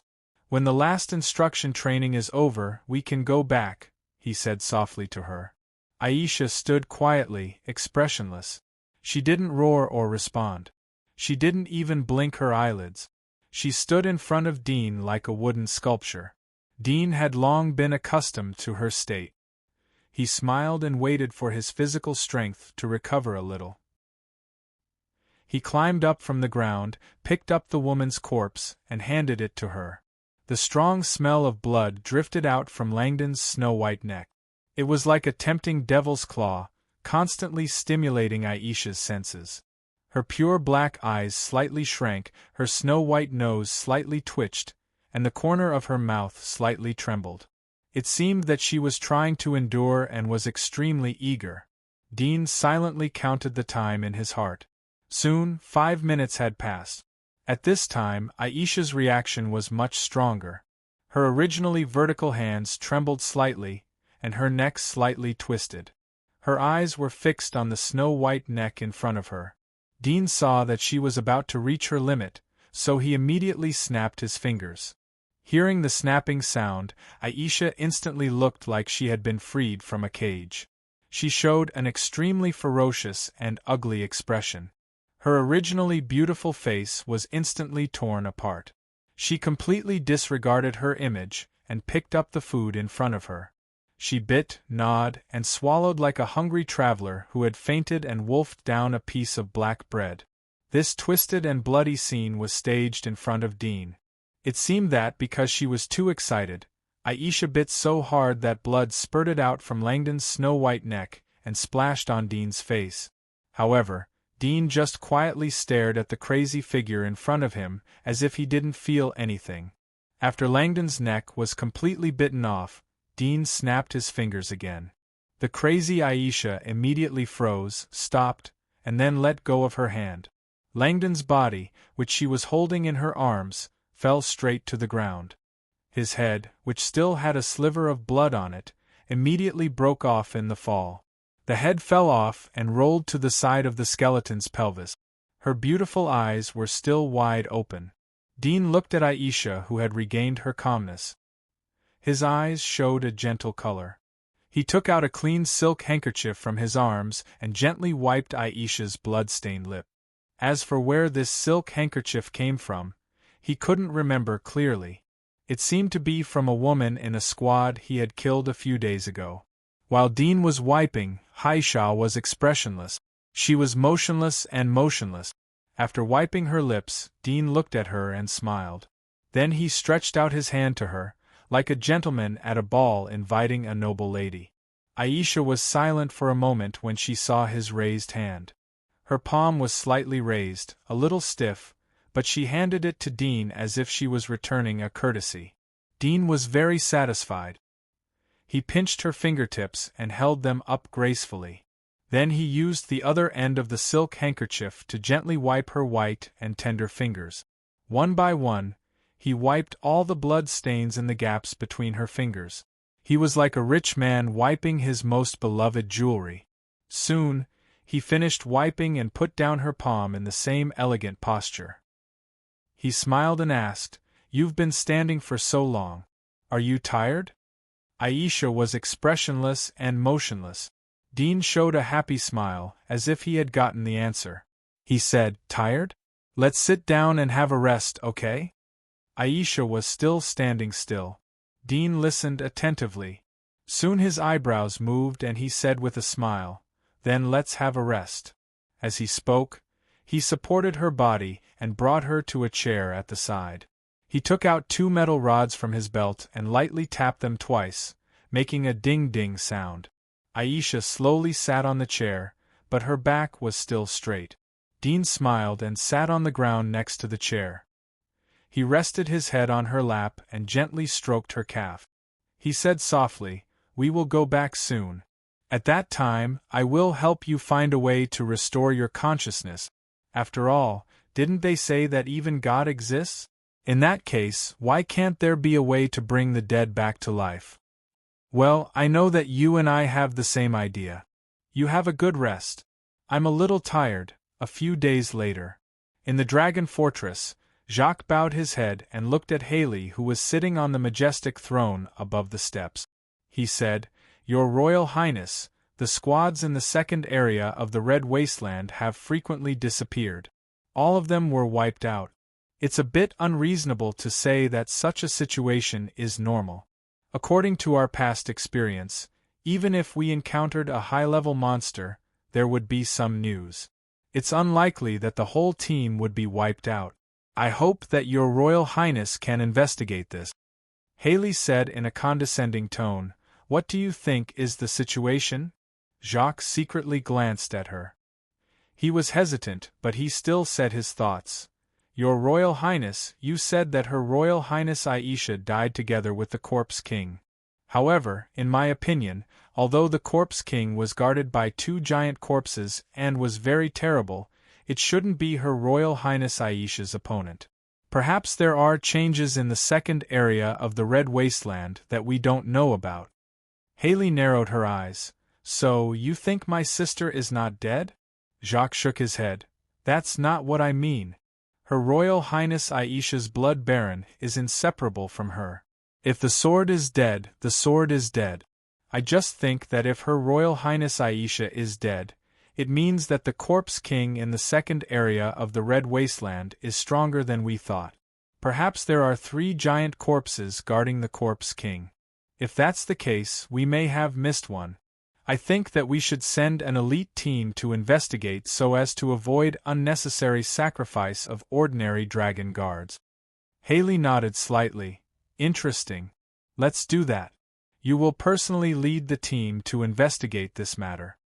Jacques breathed a sigh of relief and quickly accepted the order. After Jacques left the hall, a person immediately flashed out from the dark side of the hall and said to Haley, "Your Royal Highness, we can't let Jacques go to the second area of the Red Wasteland. Her perception ability is one of the best among the 8 generals. If she really finds something, won't," Haley said indifferently.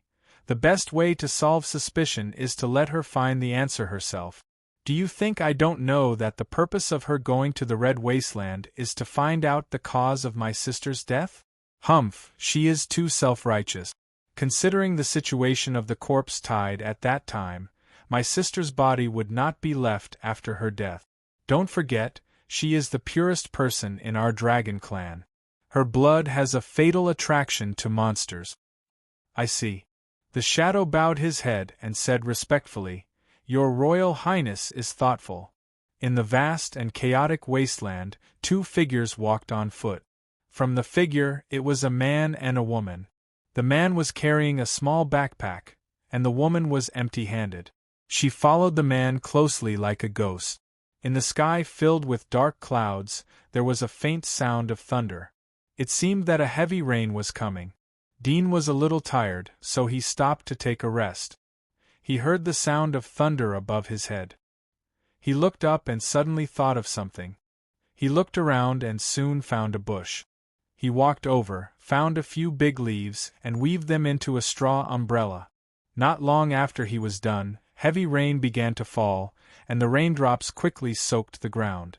He held the straw umbrella over Haley's head. As the breeze blew, he looked at Haley and smiled. Haley was expressionless. Her pure black eyes quietly looked at the distance in front of her, as if she was watching another world. Dean smiled and looked up at the curtain of rain.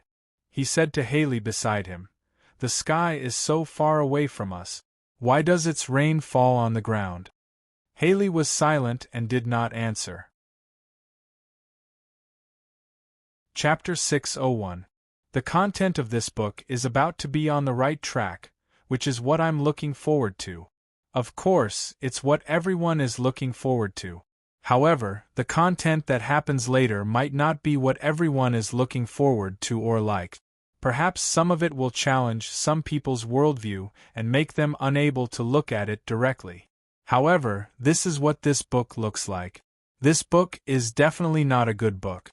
Whether it's from a commercial or a positive point of view, Old Goo doesn't want to show off under the banner of evil energy being the truth. Speaking up to this point, there are two reasons for writing this book. First, it's to draw a satisfactory full stop to his apocalyptic literary path. Second, it's also because he has some ideas that he wants to find the answers to while writing this book. Therefore, no matter what happens, this book will not be affected or changed for any reason. If some negative ideas or extreme situations in this book make you unable to persevere, then we'll meet again in the next book next year. A gentleman should not say evil words when saying goodbye. Finally, I hope that all my fans will be happy forever. Chapter 602. Aisha was indifferent and silent. Dean smiled and reached out to hold her slender hand. Although it was cold, he felt a familiar warmth. He immediately took her hand and slowly walked forward, crossing the puddles of water on the road. In the heavy rain, the two walked side by side, hand in hand. Only Dean's voice could be heard in the rain. The dilapidated buildings on both sides of the road were like silent haunted houses. The collapsed holes were like deep eye sockets, staring blankly at the two people who passed by. Under the washing of the heavy rain, the dilapidated walls were washed away and polished to become smoother. The disastrous rain came and went quickly. In the blink of an eye, the rain stopped. Only 1 or 2 drops of rain occasionally fell on the muddy puddles on the road, causing ripples to appear. The puddles reflected the dusky sky, causing the ripples to distort. Dean saw that the rain had stopped, so he put away the umbrella. Suddenly, he felt a bit cold on his shoulder. He turned around and saw that his left shoulder was wet from the rain. He put away the straw umbrella and grabbed the clothes on his shoulder. He wrung out the rain and continued to walk forward with Aisha. When he reached the crossroads of the street, he stopped and looked at the southeast. He was silent for a moment and turned to Aisha. "Your weapon was not found in the tide of corpses. It should have been recovered by the Dragon Clan. Don't worry. When we return to the giant wall, everything we have lost will return to our hands. I promise you." Aisha looked at him with her pure black eyes. It seemed that she was saying that she believed in him. Dean thought so. He smiled and took her in the other direction. A black dot was crawling on the towering giant wall. It looked like a mosquito crawling on the wall. Sergei held the rope with both hands and quickly slid down. He secretly took a deep breath. Every time he climbed over the giant wall, he felt particularly nervous and scared. This height was beyond his limit. Once he fell, he would be smashed to pieces. Therefore, he would carefully check the rope and observe the direction of the wind to avoid encountering strong winds. Bang! When he was 7 or 8 meters above the ground, he loosened his grip and jumped off the rope. When his feet touched the ground, he could feel the vibration coming from the soles of his feet. Although it was a little painful, the feeling of stepping on the ground was incomparably firm. He let out a light breath and immediately turned around and strode away. Not long after, he arrived at a dilapidated ruin covered by tall grass. He circled to a corner of the ruins and pushed aside a cluster of lush green grass, revealing a hole that led to the rubble of the ruins. He walked in and came to the basement of the ruined building. There was a dusty car parked there. He lay down and climbed under the metal. There was a staircase passage. His body went down the stairs, took out a match, and lit the oil lamp on the wall. He slowly stood up and walked down the winding stairs. Soon, he came to the end of the passage, where there was a black iron door. He took out the key and opened the door. There was an extremely spacious basement. It was more like an underground cave than a basement. There were soil and rock walls inlaid with oil lamp. In addition, the wide cave was filled with objects. They weren't hunting equipment but metal raw materials, rubber and other different kinds of materials. Sergei glanced at the familiar cave. He didn't see anything unusual. He took off the huge bag from his back and put it aside. There was enough food and water for him to continue living here for a while. He came to the side of a simple bed that was laid on a metal board and lay down. He leaned against the bed and crossed his legs. He took out a dagger and a piece of wood beside the bed and began carving puppets out of boredom as usual. This was his idea to relieve boredom when he saw the carvings in Dean's room. After trying it out, he learned very quickly. After 2 attempts, he was able to carve things with ease. The carvings were vivid and lifelike. However, the puppets he carved were different from others. He only carved women. Moreover, they were naked women, because it was his biggest hobby. The sharp dagger slid across the wood. Between the alternating shaving and shaving techniques, the outline of a perfectly round breast appeared. He was very satisfied and leaned in to kiss it. He felt as if he was kissing a real beauty's breast. He couldn't help but close his eyes in comfort. Soon he loosened his lips and revealed a hearty smile. "You are my 108th woman. I will call you 108th, do you understand?" Of course, Marionette couldn't speak, but Sergei always had a way with women. After he finished speaking, the dagger in his hand quickly moved and traced between Marionette's lips. Soon, the corner of Marionette's mouth outlined a trace of an upward arc, seemingly shy, but also happy. Sergei couldn't help but laugh. Halfway through his laughter, he was suddenly startled. He couldn't help but raise his head to look up, and his expression became serious. He straightened his body and flipped himself up from the metal plate. He came to a wall of the cave and bent his ear to listen. Soon, his expression changed, and he was bewildered. Footsteps? And there are 2 people? Who could it be? Did he come back? Impossible. He has always been a loner. It can't be Glenn and the others.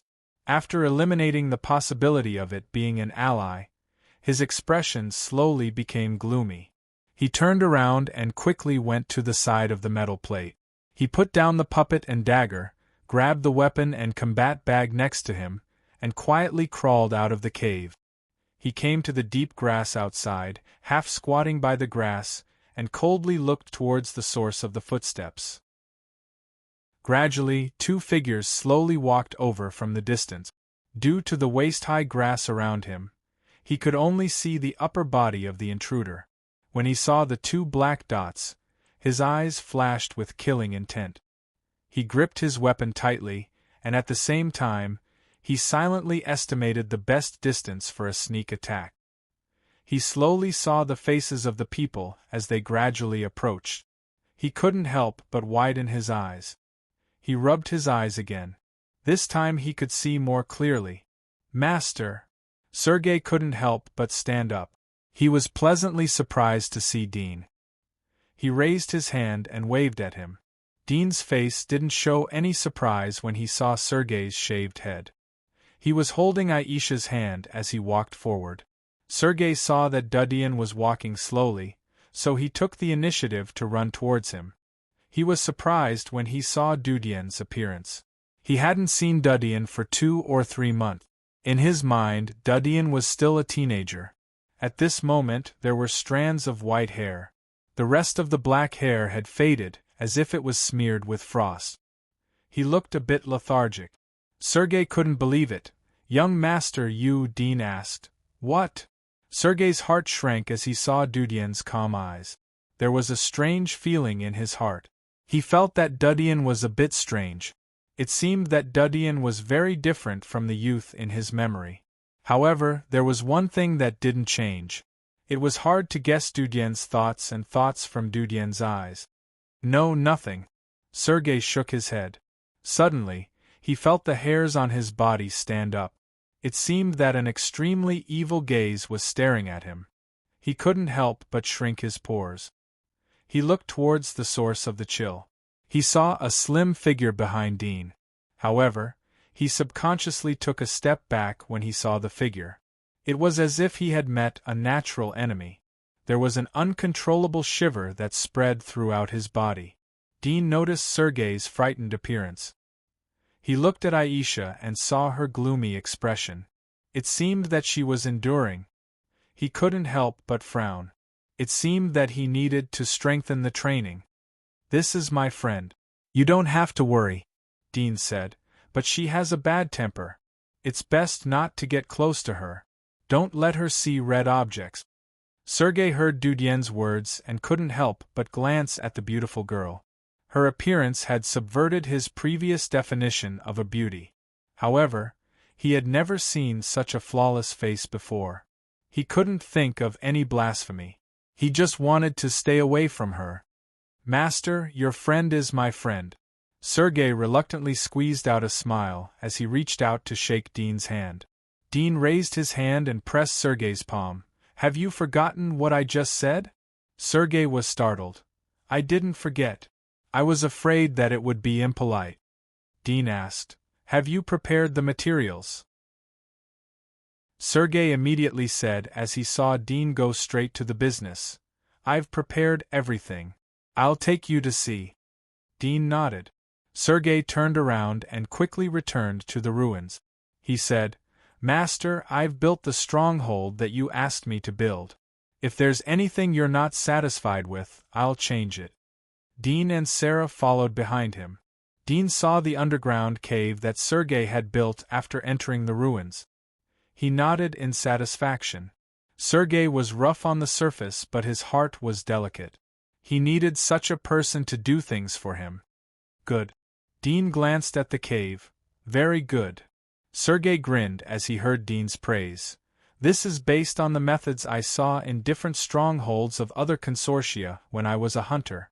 I just copied them." "Being able to copy is also a skill," Dudian said. Sergei scratched his head. Dean came to the front of the materials and glanced at them. He knew that the number of materials was correct. He looked at Sergei. "You have worked hard these days. Go back to your residence and rest. Tell Glenn and Nicholas that I'm going back. Tell them to prepare the troops and money." Sergei was surprised. "Master, what are you going to do?" "Go to war." Dean's voice was incomparably calm. In the blink of an eye, 2 months had passed since the rainy season began. Dean was sitting under a broken stone. The stone was like an umbrella to block the rain. He looked at the sky and the earth that was covered by the curtain of rain. He was silent for a moment. He looked at Aisha, who was sitting next to him. "Do you remember the first time we met in such weather?" Aisha was silent. Dudian tilted his head and looked at the towering wall on the left. He narrowed his eyes. "If the day I woke up is my birthday, then I should be 18 years old by now." Aisha was still silent. Dean continued, "In the blink of an eye, I've been in this world for 10 years. 10 years. I only have 8 years of memories from before. Of these 8 years of memories, I can only remember about 5 years. Tell me, do I belong to this world or that world?" There was no response. Dean looked into the distance. There was a trace of uncertainty in his eyes. After a moment, he slowly retracted his eyes. "The sky is clear." The rain stopped. The sun penetrated through the turbid clouds and shined on the ground. The air was full of rotten smell. There was a fresh smell. Dean slowly got up and gently rubbed his fingers to make a small sound. Aisha immediately got up and followed him like a shadow. The two returned to the cave under the ruins. Dean moved some strange parts out of the ruins and piled them up in the open space. Then he assembled them one by one. After 2 months of smelting and forging, his new invention was basically completed. This time the main purpose of the new invention was not to kill the enemy but to protect himself. And under the current conditions, the only new divine art he could think of and create was only one, and that was the weapon of lightning. A fortress full of thunder and lightning, and a set of armor full of high-voltage direct current. This was his new magic. Even if the enemy was 10 times or 100 times stronger than the pioneer, he believed that he couldn't be faster than the speed of the electric current. Anyone who attacked him would be killed by him. As for other technological items, the most lethal ones were thermal weapons. But whether it was missiles or other weapons of mass destruction, first of all, it was too difficult to make them. Secondly, even if they were made, the effect on the pioneer was not strong unless it was a sneak attack. However, a sneak attack could be successful. If it was a second or third time, it would be equal to a full-scale war with the inner wall. At that time, the role of missiles would be almost zero. The inner wall could easily send assassin-type pioneers to sneak into his fortress and assassinate him. Therefore, in front of so many weapons, only thunder and lightning could protect him. Even if the enemy's speed was faster than his reaction, and the assassination technique was faster than his senses, he would have an immortal body with the protection of the fortress covered in high-voltage electric currents and the armor. And this was the biggest capital of his survival. If it wasn't for the arrangement of the electric current to the inner wall, which requires too many grid lines, it would be enough to rule the whole world by electricity alone. Dean was regretful, but he was quite satisfied with self-protection. As for fighting, he had many ways. You're tuning in to the Phoenix Knights YouTube channel. Don't forget to subscribe and join us on this journey to catch the most captivating stories.